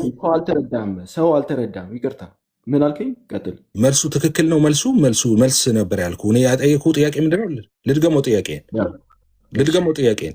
እነ ጴጥሮስ አሁን ያየነው በሐዋርያት ሥራ ምዕራፍ 2 ላይ በቤተክርስቲያን ምስረታ ወቅት እነ ጴጥሮስ የተናገሩት ልሳን ለሰው ነው ለእግዚአብሔር ነው? ይኸውልህ ሰው ባይሰማው እዛ ቦታ ላይ ሰው ባይሰማው ደንስ ላይ ለእግዚአብሔር ነው የተናገሩት ማለት ነው። እግዚአብሔር ነው ያሉትን የሚያውቅ እግዚአብሔር ይሆናል ማለት ነው። ሰው ባይሰማው ትላለህ። ሰውማ ሰማው እኮ ስለሰማው እኮ ነው። ሰው ባይሰማው እኮ ነው። ባይሰማው ኖሮ አትበለ። ሪትን ዶክመንት ነው ኦልሬዲ የተደረገ ነገር ታሪክ እኮ ነው። ስለዚህ ጥያቄ ምንድን ነው? እሱን እኮ ነው እየነገርኩ ያለሁት። አንተ እኮ ሁለት የተለያዩችን አመጣህና እዚህ ጋር እየተናገረ ያለው ሁለት የተለያዩ ናቸው። አመሰግናለሁ። ሁለት የተለያዩ ናቸው። እሱን ለማሳየት እኮ ነው የመጣሁት። አዳምዬ እኔም አንድ ጊዜ ዳኔ ለመግባባት መሰለኝ እየተማማርን ያለ ነው እና እዚህ ጋር እየተናገረ ያለው በልሳን የሚናገር ለእግዚአብሔር እንጂ ለሰው አይናገርም ሲል ከምን አንጻር ነው? ለሰው ምንድን ነው የጠየኩህ? ምንድን ነው የጠየኩህ? አሪፍ አንድ ሀሳብ ልጨርስ ነው። ምንድን ሀሳብ ትጨርሳለህ? ምንድን ነው የጠየኩህ? መጀመሪያ ወደ ጥያቄያችን ነው። ሁሉም ሰው እኮ አእምሮ አለው፣ ይሰማል፣ ያዳምጣል። ስለዚህ እኔ የምናገረውን ይስማ። አንተ አይደለም። አይ አስታውሰኝ። ምንድን ነው የጠየኩህ እያልኩ ነው። አስታውሰኝ። የሐዋርያት ሥራ አነሳህና የሐዋርያት ሥራ ላይ ለሰዎች ተናግረዋል አልክ። ሰዎች አድምጠዋቸዋል። ለሰው ተናግረዋል ማለት ሰዎች ስለተረዱት ነው አላልኩም። ስለዚህ ጥያቄን በድጋሚ ልጠይቅ ማለት ነው። አልሰማኝም። የጠየኩት ጥያቄ ግልጽ ነው። ሐዋርያት ሥራ ምዕራፍ 2 ላይ እነ ጴጥሮስ የተናገሩት ለሰው ነው ወይስ ለእግዚአብሔር ነው? እኔ ደግሞ ምን አልኩ መሰለ፣ ሰዎች ባይሰሙትና ባያስተውሏቸው ኖሮ ትክክል ነው፣ እግዚአብሔር ምን እንዳሉ ያውቃል አልኩ። ምንም ችግር የለም እና ከኔ ጋር ምንም የሚያጋጨው ሰዎቹ ባይሰሙት ኖሮ አትበል። ሰምተውታል። ታሪኩ እኮ ነው። ኦልሬዲ ታሪኩ እኮ ሉቃስ ጽፎልናል። በቃ ሐዋርያት ሥራ ላይ ሰው ተጽፏል። ኦልሬዲ ታሪክ ነው። ሪትን ዶክመንት ነው ኦልሬዲ። አሁን ባይሰሙት ኖሮ እያልክ አትመልስ። እንዲህ ባይሆን ኖሮ ይባላል እንዴ? ኢየሱስ ከማርያም ባይወለድ ኖሮ ይባላል እንዴ? ኦልሬዲ ተወልዶ አዳነን እኮ። ስለዚህ አሁን ጥያቄ እኔ እነ ጴጥሮስ ሐዋርያት ሥራ ምዕራፍ ለእግዚአብሔር ነው ወይስ ለሰው? ኦኬ እዛ ቦታ ላይ አንተ ለማድረግ የፈለግከው ገብቶኛል እና ምንም አትጠቀምበትም። ምንም ለውጥ አያመጣም እኮ ከኔ አስተምሮ ጋር ምንም ለውጥ ከኛ አስተምሮ ከቤተክርስቲያናችን አስተምሮ ጋር ምንም ለውጥ የሚያመጣ ነገር አይደለም። ሰዎቹ ስለተረዱት ከሰዎቹ አንጻር የተናገሩት ለሰው ነው ተብሎ ሊነገር ይችላል። ስለተረዱት ስላወቁ በእኛ ቋንቋ ስላሉ ስለገባቸው የተናገሩት ስለገባቸው ስለዚህ ለሰው ነው የተናገሩት። አንድ ጊዜ ሰዎች ባይረዱት ባያውቁ ምን እንዳሉ ባያውቁ ኖሮ ለምን ትላለህ? ኖሮ ብሎ አርጊመንት አለ እንደ የተደረገ ታሪክ ላይ በጣም ግልጽ አርኩላ። ሁለቱንም በአንድ ላይ እኮ ነው። በአንድ ማን ፍቃድ ሰጠህ አንተ? ባይሆን ኖሮ ለምን ትላለህ? የተጻፈው እኮ ኦልሬዲ አንተ እያረክ ያለው እኮ የማይሆን ነገር ነው እየሰራ ያለው። እኔ ጌታ ኢየሱስን አይደለም የማይሆን ነገር ከጥንት ካልክ ልተው አዳም ጥያቄውን የፈለከውን ጥያቄ ጠይቀኝ፣ ግን ሀሳቤን እንዳስረዳ ፍቀድልኝ። አንተ እንዴ አዳምዬ ምን እያልከኝ እኮ ነው? አንተ ጥያቄ ስጠይቅህ ቆይ ይኸውልህ፣ ጥያቄ ስጠይቅህ ሐዋርያት ሥራ ምዕራፍ 2 ላይ እነ ጴጥሮስ የተናገሩት ልሳን እነ ጴጥሮስ ሲናገሩ ልሳን ለእግዚአብሔር ነው ለሰው ነው የተናገሩት ስል ሰው ባይሰማቸው ኖሮ ብለህ ትመልሳለህ። እንደዚህ አይነት ነገር አለ እንዴ ምድር ላይ? እንዴ ታሪክ ሪትን ዶክመንት እኮ ነው። ኤፊ ያልኩት ምን መሰለህ? ያልኩት እዛ ቦታ ላይ በቀጥታ የእኛን ቋንቋ ይናገራሉ ብለው ስላሉ ተረድቷቸዋል፣ እናውቃለን። ስለዚህ በቀጥታ ሰዎቹ ስለተረዱ ስላወቁ ምን እያሉ እንዳለ ስላወቁ ከሰው አንጻር ከእነሱ ጋር ተነጋግረዋል ብለን መናገር እንችላለን።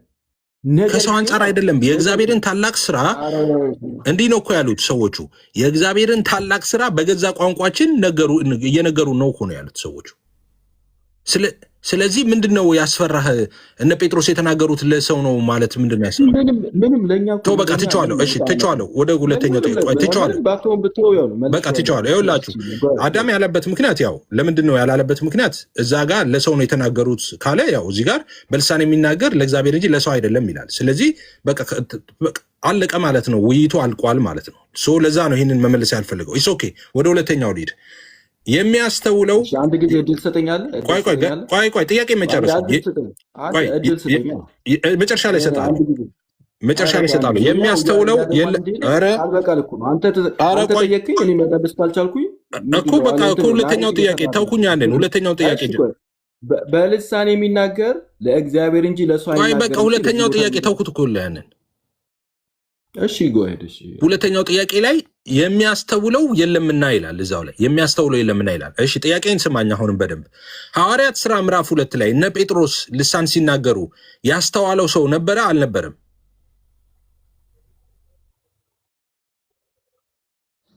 ሁለቱ የተለያየ ኮንቴክስት ስለሆነ በኮንቴክስቱ ነው። ኖ እያደረግህ ያለው አንተ ምን መሰለህ? ኦኬ እኔ እንድናገር የማትፈቅድልኝም አይደለም። እኔ ጥያቄ ስጠይቅህ እኔ የጠየኩት ጥያቄ ግልጽ አይደለም። እንድናገር ካልፈቀድክልኝ ለምን አስረዳ ትለኛለህ? ኖ አይደለም፣ እንደዚህ አይደለም። የኔን ጥያቄ ስማ። አንተ እኮ ሌላ ስለምታወራ የኔ ጥያቄ ምንድን ነው? ሐዋርያት ሥራ ምዕራፍ 2 ላይ ሐዋርያት ሥራ ምዕራፍ 2 ላይ እነ ጴጥሮስ የተናገሩትን ልሳን ያስተዋለው ሰው ነበረ ወይስ አልነበረም ነው የኔ ጥያቄ። አሁን እዚህ ጋር እዛ ቦታ ላይ ቋንቋ ተናግረዋል፣ እዚህም ቦታ ላይ ቋንቋ ተናግረዋል። ሁለቱም ቦታ ላይ ቋንቋ ነው የተናገሩት። ሁለቱም ቦታ ላይ ተናጋሪዎቹ ሁለቱም ቋንቋ ነው የተናገሩት፣ ምድራዊ ቋንቋ ነው የተናገሩት ሁለቱም ቦታ ላይ። እዚህ ጋር ግን እዚህ ጋር ሲነግረን የሚያስተውለው የለምና ለሰው አልተናገሩም ማለት ሰዎች ስላልተረዱት ለሰው አልተናገሩም ተብሎ ተነገረ። ስላልተረዱ ጥያቄ ምንድን ነው? ቦታ ላይ ደግሞ ጥያቄ ምንም ይሁን ጥያቄ ምንም ይሁን ልመልስና እንትን እያደረገች ምንም ይሁን ይባላል እንዴ? ቆይ ጥያቄ ነው። ጥያቄ እየመለሱ እያለ መሀል ላይ ታስቆመኝና ለአንተ አይደለም።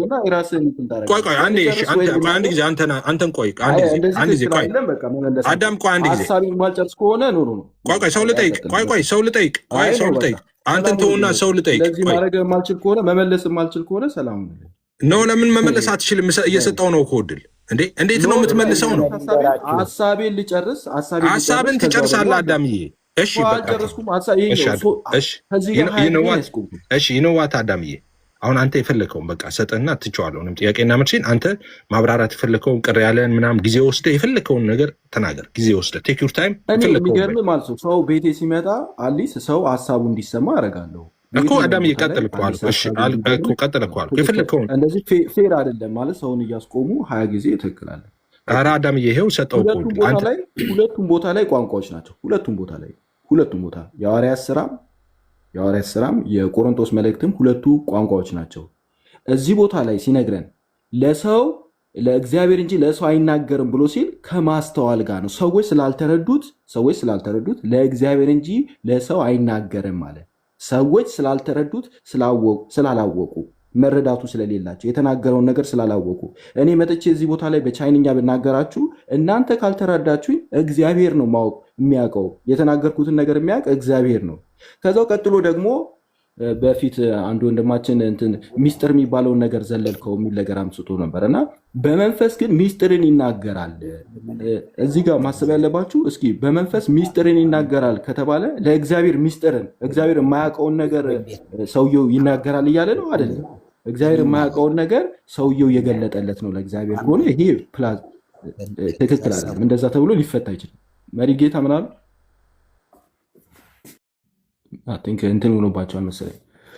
እዚህ ቦታ ላይ እየተናገረ ያለው ከሰው አእምሮ ሚስጥር ብሎ ሲናገር ከሰው አእምሮ በላይ የሆነ መንፈሳዊ የሆነ እውነቶችን ይናገራል ለማለት እንጂ ከሰው አእምሮ በላይ የሆኑ ስለ እግዚአብሔር ስለ መንፈሳዊ እውነት የሆነ ነገር ስለ እነሱ ነገር ይናገራል እያለ እንጂ ሚስጥር ለእግዚአብሔር የማያውቀውን ነገር ሰው ይነግሯል እያለ አይደለም። እንደዛ አይደለም።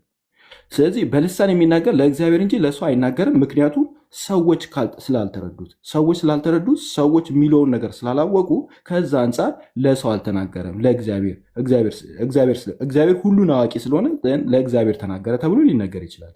ሐዋርያት ሥራ ላይ ግን የተነገረውን ነገር ሰዎች ስላወቁ ሰዎች አውቀዋል። እዚህ ቦታ ላይ ግን ሰዎች አላወቁ ምን እንደተነገረ ሊተረጎም ይገባዋል ብለው እያሉ ነው። ስለዚህ በቃ አለቀ። ማህበሩ የሚያውቀው ማህበሩ የሚታነጽበት ሲተረጎም ነው። ቋንቋ ነው፣ ሊተረጎም ይገባዋል። ማህበሩ እንዲታነጽበት ሊተረጎም ይገባዋል እንጂ ሌላ ምንም ነገር የለም። እግዚአብሔር ይስጥልኝ። በጣም አመሰግናለሁ። ሰላሙ ነው። እሺ ባትወጣ ጥሩ ነው። የግድ ካለብህ ግን ኦኬ። አዳምዬ ምንድነው እኔ አሁን ዝም ብዬ ሀሳብ ነው የምሰጠው። አንተ ላይ ቤዝድ አድርጌ አላወራም። አጭር መልእክት። እሺ መርጌታ እዚህ ላይ ነው። አዎ እዚህ ላይ ማለት የቋንቋ ጉዳይ ማለት ነው። በልሳን አይደለም የሚለው እንግዲህ ልሳን ማለት ቋንቋ ማለት ነው ትርጉሙ እና ሊገባቸውን ሰዎች ሊገባቸውም ላይገባቸውም ይችላል። ልሳኑ ግን ልሳን ነው።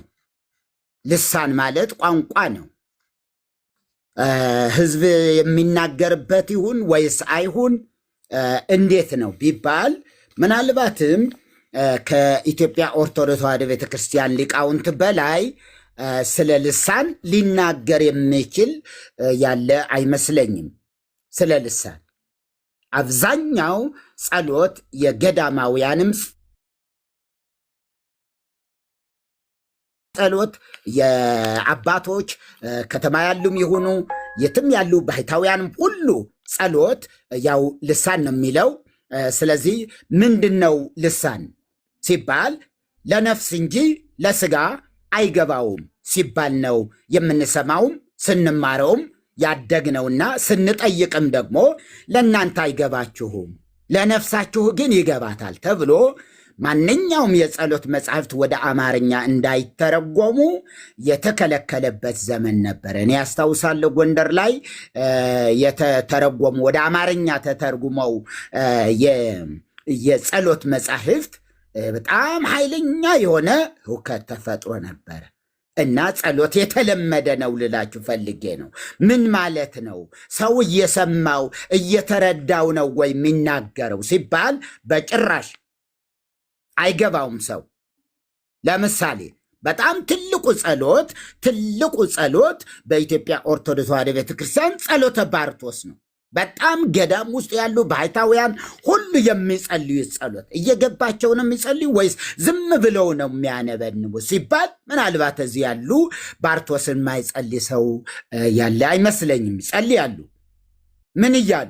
ለምሳሌ ሰኞ ላይ የሰኞ ባርቶስ ምን ይላል? ሰላም ለብርሃን ዘለዓለም ዘዲበ ርእሱ ሰላም ለአስማተ አብይ ስመ አስማቲሁ ለአብ ኄር ወውእቶሙ እሉ አልፋኤል አልፋኤል አልፋኤል አልፋኤል አልፋኤል አልፋኤል እያኤል እያኤል እያኤል እያኤል እያኤል ሄዳኤል ሄዳኤል ሄዳኤል ሄዳኤል ሄዳኤል ሄዳኤል ሄዳኤል ዮዳኤል ዮዳኤል ዮዳኤል ዮዳኤል ዮዳኤል ዮዳኤል ዮዳኤል ዮዳኤል ኡርናኤል ኡርናኤል ኡርናኤል ኡርናኤል ኡርናኤል ኡርናኤል ኡርናኤል አርናኤል አርናኤል አርናኤል ሄርናኤል ሄርናኤል ሄርናኤል ሄርናኤል ሄርናኤል ሂርናኤል አስ አሚስ አሚስ አሚስ አሚስ አሚስ አሚስ አሚስ ከሚስ ከሚስ ከሚስ ከሚስ ድህድግን ድህድግን ኤልጌ ቁፒ ህድማ ቷሮ ዳያሎጥ ሚጢስ ቆይ በቪዲዮ ላርገው። መሪጌታ እዚህ ጋር ጥያቄ አለ ለእርሱ። በቪዲዮ ላርገው? አይ ይቅርታ አድርጉልኝና አሁን በቪዲዮ ላድርገው። ቆይ ይቅርታ መሪጌታ፣ አሁን ፕሮቴስታንቶች የሚሉት ልሳን እንደዚህ ያለ ልሳን ነው ብለው ነው የሚያምኑት። እርሱ ከይቅርታ ጋር ትርጉሙ ይታወቃል አይታወቅም ነው ዋናው። አንተ ለምሳሌ ይሄ ገብቶ ነው የምታነበው ልሳን እንደዚህ የሚጻፍ ልሳን ነው አይደለም እያልኩ ያለው ገብቶ ነው ወይ የምታነበው ነው ዋናው እኮ ገብቷችሁ ነው ወይ ምን እያላችሁ ነው የሚጻፍ ነው ወይ ብለው ያምናሉ ወይ? እሱ ነው ለማወቅ የፈለኩት። የሚጻፍ ነው ይሄው እየነገርኩ ነው እኮ ይኸውልህ። ይሄ አሁን ይሄ ገባው አልገባው አይደለም ዋናው እየተነሳ ያለው ልሳን ይቅርታ አድርጉልኝና እንዲያስረዱኝ እንድንግባባ። እሺ ልሳን የሚባለው እንደዚህ ያለ የሚጻፍ እንደዚህ ኤ ተብሎ ቢ ኤርጋኤል ምናምን እየተባለ የሚጻፍ ልሳን ነው? እንደዛ ያለ ልሳን ነው ወይ? ስለዚህ ባለመጻፉ ነው ችግሩ ወይስ የማይሰማ መሆኑ? እኔ ጥያቄውን በጥያቄ ልመልሰው። እርሶ እንዲገልጹት እኮ ነው። አሁን ሊያመሳስሉ መጥተዋል እንዴ? ልሳን እንደዛ ያለ ነው ካሉ ለምን አያስረዱኝም? እንደዛ ያለ አዳምዬ እንደዚህ ነው ነው መሟገቻቸው። እሳቸው ባርቶስ ላይ ያለው እውነተኛው ልሳን እሱ ነው አይደለም። አሁን እሳቸው ይዘው የመጡት መሟገቻቸው እያሉ ያሉት ምንድን ነው? ልሳን ማለት ምድር ላይ ኤግዚስት የሚያደርግ ሰሙዌር የሚነገር ቋንቋ ነው እያልክ ነው ያለው አንተ ማለት ነው። እንደዛ እያልክ ከሆነ ምድር ላይ ኤግዚስት የሚያደርግ የሆነ ቦታ የሚነገር ቋንቋ ነው እያልክ ከሆነ አንተ ኦኬ፣ ይሄ ደግሞ ሲጀመር በመጽሐፍም ነው ጭራሽ ተትሞ የወጣው። አንተ ቅድም እንደውም ስትናገር የነበረው እንደሚታወቅ ሁልጊዜም እንደምትናገረው ማለት ነው ስጦታ ነው እግዚአብሔር የሚሰጥ ነው እንደዚህ እያልክ ስትናገር ነበር። ይሄ ታትሞ እንግዲህ ልሳን መታተሙ ራሱ ትንሽ እኔ ግራ የሚገባኝ ነገር ነው። ልሳን የሚታተም ነገርም አይደለም በመጽሐፍ ግን እሳቸው በመጽሐፍ ታትሟል እናንተም ጋር ልሳን አለ እያሉ ነው እኮ። ይሄ ነገር ከእናንተ የሚገናኝ አይደለም ማለት ነው አይደል? አይ ከኛ ጋር የእናንተን እኮ ነው እየነገሩ ያለው እኮ። ስለዚህ እሳቸው ባርቶስ አዳምዬ ባርቶስ የኛ መጽሐፍ ነው እንዴ? ይሄ እኮ ትርጉም ያለው ነገር እኮ ነው። ይሄ ትርጉሙ የሚታወቅ ነገር ምንድነው? ትርጉሙ ነው እኮ እሳቸው ትርጉሙ ምንድነው እያሉ ነው። እርሶ ትርጉሙን አይወቁት። እርሶ ቻይንኛ አላወቁም ማለት ወይ ደግሞ ፈረንሳይኛ አላወቁም ማለት ቋንቋ አይደለም ማለት አይደለም። ይቅርታ ያርጉልኝ። በመጀመሪያ ቻይንኛ ነው ይሄ። አረ አይደለም እየነገርኩት ያለሁት ቻይንኛ ነው። አረ እኔ እየተወራ ስላለው ነገር እንዲገቡት እንዲረዱኝ ነው። ወይ ደግሞ እርሶ ያስረዱኝ። እርሶ ያመጡት አሁን እነዚህ ቃላቶችን ያመጧቸው የው እናንተም እንደ ጴንጤዎቹ ትናገራላችሁ ለማለት ነው ወይ? እንደዛ ካሉ አሁን እንደዛ ትናገራላችሁ ብለው ካሉ ጴንጤዎች እንደዚህ ያለ አሁን እንደተጻፈው ያለ እንደዛ ያለ ልሳን ነው ወይ የሚናገሩት? እሱን ነው እየጠየቁት ያሉት። በጣም ጥሩ። እሺ መልስ ልመልሰው። አሁን ችግሩ ምንድን ነው? ችግሩ ገብቷችሁ ነው ወይ የምትጸልዩት? አደለ? ዋናው አደለ ወይ መልእክቱ? ጴንጤዎቹ በልሳን ስታወሩ ወይም በልሳን ስትጸልዩ ገብቷችሁ እየገባችሁ እያወቃችሁት ነው ወይ የምትጸልዩ? ምን እያላችሁ እንደሆነ ገብቷችሁ ነው ወይ? አይደለም እንዴ ጥያቄው? የኔ ጥያቄ አሁን ያመጡት አሁን ሲያነቡት የነበረው የጴንጤዎቹ አይነት የፕሮቴስታንቶቹ አይነት ልሳን ነው ብለው ነው ያመጡት? አይደለም አዳምዬ፣ እሱን አብራራውልህ። እሳቸው ያመጡበትን ምክንያትም አነገሩ እኮ። እናንተ ቤተክርስቲያን በኦርቶዶክስ ቤተክርስቲያን ልሳን አለ። ያ ልሳን ደግሞ በመጽሐፍ ሁሉ ታትሟል። ባርቶስ የሚባለው ላይ አሁን ልሳን አለ። አሁን እኛ የለም ብለን እናውቃለን እንጂ ልሳነ ግዕዝ እኮ አለን እኮ። ልሳነ አማርኛ ካለ ትርጉሙ ይታወቃሉ እያሉ ነው እሳቸው። ትርጉሙ ይታወቃሉ። ልሳነ ግዕዝ እኮ አለን። ትርጉሙ ይታወቃሉ እያሉ ነው። ያውኑ ታዲያ የማይታወቅ ነገር እንዴት? ምንድን ነው ትርጉሙ? ማን ነው የተረጎመው? የትርጉም መጽሐፍ ተጽፎለታል ወይስ ሰው አለ? አለው ይታወቃል እኮ። እሳቸው አላወቁትም ማለት ትርጉም የለውም ማለት እኮ አይደል? ማግኘት እንችላለን አሁን ትርጉሙን። ያው ይገኛል። አሁን ይህን ነገር ዲያቆናትን ብታስገባ፣ ከስር አንድ ዲያቆን ብታስገባ በደንብ አድርገው ይተረጉሙላል። እሺ ባርቶስ ላይ ያለውን ልሳን መተርጎም የሚችል ዲያቆን ካለ? ልሳን ሳይሆን ቋንቋ እኮ ነው፣ የተጻፈ ጽሁፍ እኮ ነው። እንደ እንትን አይደለም። ይሄ አሁን የፕሮቴስታንቶቹ አይነት ልሳን አለን፣ ቋንቋ ነው፣ የተጻፈ ጽሁፍ እኮ ነው። በፊደል ራሱ የሚቀረጽለት እኮ ነው ንግግር። ፊደልማ አለው እሱ እኮ ነው እንትን ያለኝ። ፊደልማ አለው ይስ ኦኬ። ግን ፊደል ተጽፎለታል፣ ልክ ነው። ግን አሁን አንተም አታውቀውም ትርጉሙን፣ እኔም አላውቀውም። ስለዚህ የዚህን ትርጉም የሚያውቅ ሰው አለ ወይ ነው? በትልቁ አድርገኝ። በደንብ አለ እንጂ እንዴት የለም? በጣም እስኪ በዚህ የሚያውቅ ሰው አንድ ዲያቆን፣ እስኪ አዳምዬ አንድ ዲያቆን ወይም ደግሞ አንድ የሆነ መርጌታ እስኪ ይግባና ይህንን ትልቁ ያውም መልክዓ ራጉኤል ላይ ሚለው ነገር ኢየሱስ ክርስቶስ ቅንዋተ መስቀሉ ለእግዚእነ ኢየሱስ ክርስቶስ ለተሰቀለበት ቅንዋተ መስቀል ማለት የተቸነገረባቸው በመስቀል ላይ ማለት ከዛስ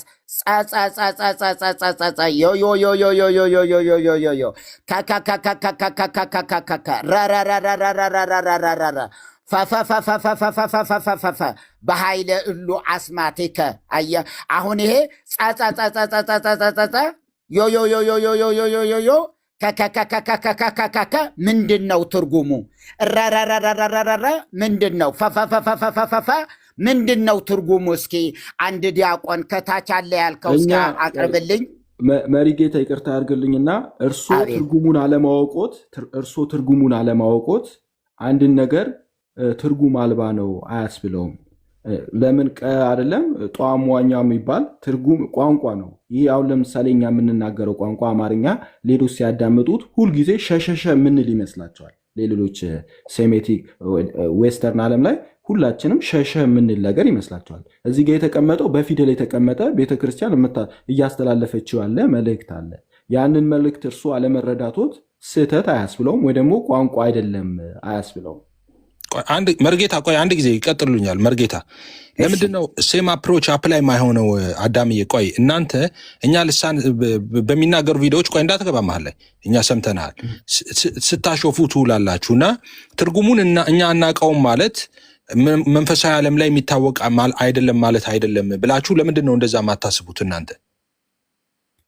እኛ እኮ እየሞገትን ነው እንጂ እኮ እየሞገትን ያለ ነው እዚህ ቦታ ላይ ያለው ሰው ተናጋሪው የሚታነጽበት ከሆነ ደንስ ቋንቋ ነው የሚታነጽበት ከሆነ አንደርስታንድ ያደርገዋል ብለን እንጂ ኤፊ ለምን ተናገረ ብዬ ሙድ እያሱኝ አይደለም እኮ። ቆይ አንተ ይህንን ለምን አትተረጉም? አሁን ይሄ ማይተረጎም ይኸውልህ፣ አሁን ያመጡት እሳቸው ማይተረጎመውን እኛ እናውቀውም ማለት ማይታወቅ ነው ማለት አይደለም አልክ። ኦኬ ሌላ እኔ ያለማውቄ ነው እንጂ የኔ ኢግኖረንስ እንትን አይደለም። ካዲያ አንተ ምን አውቀህ ነው? ካዲያ ልሳን በሚናገሩ ሰዎች ላይ አንድ ዲያቆን ብታስገባ ያውቀዋል እኮ ትርጉሙ። ኧረ እሳቸው እኮ መርጌታ ናቸው። የትኛው ዲያቆን? ማንም አይገባም። ምን ችግር የለም። እኔን አያውቁም ብለዋልና አንድ ዲያቆን ይምጣ እዚህ ትርጉም የሚያውቅ አንድ ጊዜ ኮሜንት ላይ ቀየሩት። ቶፒኩን ቀይረውት ሌላ ነገር አደረጉ። አይ ቆይ ስለ ልሳን ነው ቶፒክ አንወጣም። ስለ ልሳን ብቻ ቶፒኩ ነው እኮ ልሳን ነው አንወጣም። አዳምዬ ከልሳን አንወጣም። ትርጉሙ እሺ አንድ ጊዜ እናንተ የምታምኑት ልሳን እኮ የሚጻፍም ራሱ እኮ አይደለም እኮ። አንተ እኮ የምትለው እኮ ከሰማያዊ ነው እኮ። አሁን ስለኛ እኮ አይደለም። አሁን ይሄ ስለኛ አይደለም፣ ስለእናንተ እኮ ነው። የኛ መጽሐፍ እኮ አይደለም ይሄ አዳምዬ። ስለዚህ ስለእናንተ ጨረስን፣ መጽሐፍ ቅዱስ ላይ ስላለው ጨረስን። አልጨረስን፣ ምን መለስበታል? እኔ እናንተ አሁን መርጌታ አይ አዳምዬ እንደዚህ መብት የተጠበቀ ነው። ይኸውልህ ሌላ ሰው የሚያውቀው ይህንን ነገር ሌላ ሰው አዳምዬ እንደዚህ ይሁን። ይኸውልህ እንደዚህ ይሁን አዳምዬ። በዚህ ጉዳይ ላይ እኔ እውቀቱ ስለሌለኝ የቤተክርስቲያን እውቀት ስለሌለኝ ኦኬ አላውቅም፣ በዚህ ጉዳይ ላይ ማውራት አልችልም ካልክ ኢሶኬ በቃ አንተ ከኔ ጋር እናወራለን በመጽሐፍ ቅዱስ ላይ። አሁን መርጌታ እሳቸው የራሳቸውን ሀሳብ ደቂቃ እንስጣቸውና የራሳቸውን ሀሳብ ይናገሩ። ከዛ በኋላ ወደ መጽሐፍ ቅዱስ ሀሳብ ደግሞ ከኛ ጋር ደግሞ እንቀጥላለን ማለት ነው አዳምዬ። ስለዚህ እንደዛ ይሁን። አሁን መርጌታ መቀጠል ይችላሉ። በቃ አይ ሌላ ሰው የሚተረጉም ሰው ስለሚመጣ ከእነሱ ጋር ብታወሩ ጥሩ ነው። እግዚአብሔር ይስጥልኝ። በጣም አመሰግናለሁ። በቃ አሁን ግን እስካሁን ድረስ አየህ፣ በጣም ብዙ ጊዜ እሰማቸዋለሁ። እነዚህ ሰዎች ልሳንን ገብቶ የሚተረጉምልን እያላችሁ ብዙ ለማደናገር ከፍተኛ የሆነ ጥረት ስታደርጉ ሁል ጊዜ ነበረ የምሰማችሁ፣ ሁል ጊዜ። በኋላ እንዴ ምንድን ነው ግን ነገሩ እያልኩ እንዴ የራሳቸውን መጽሐፍት አያነቡም እንዴ? ይሄን አይደለም እንደሚጸልዩ ሰዎች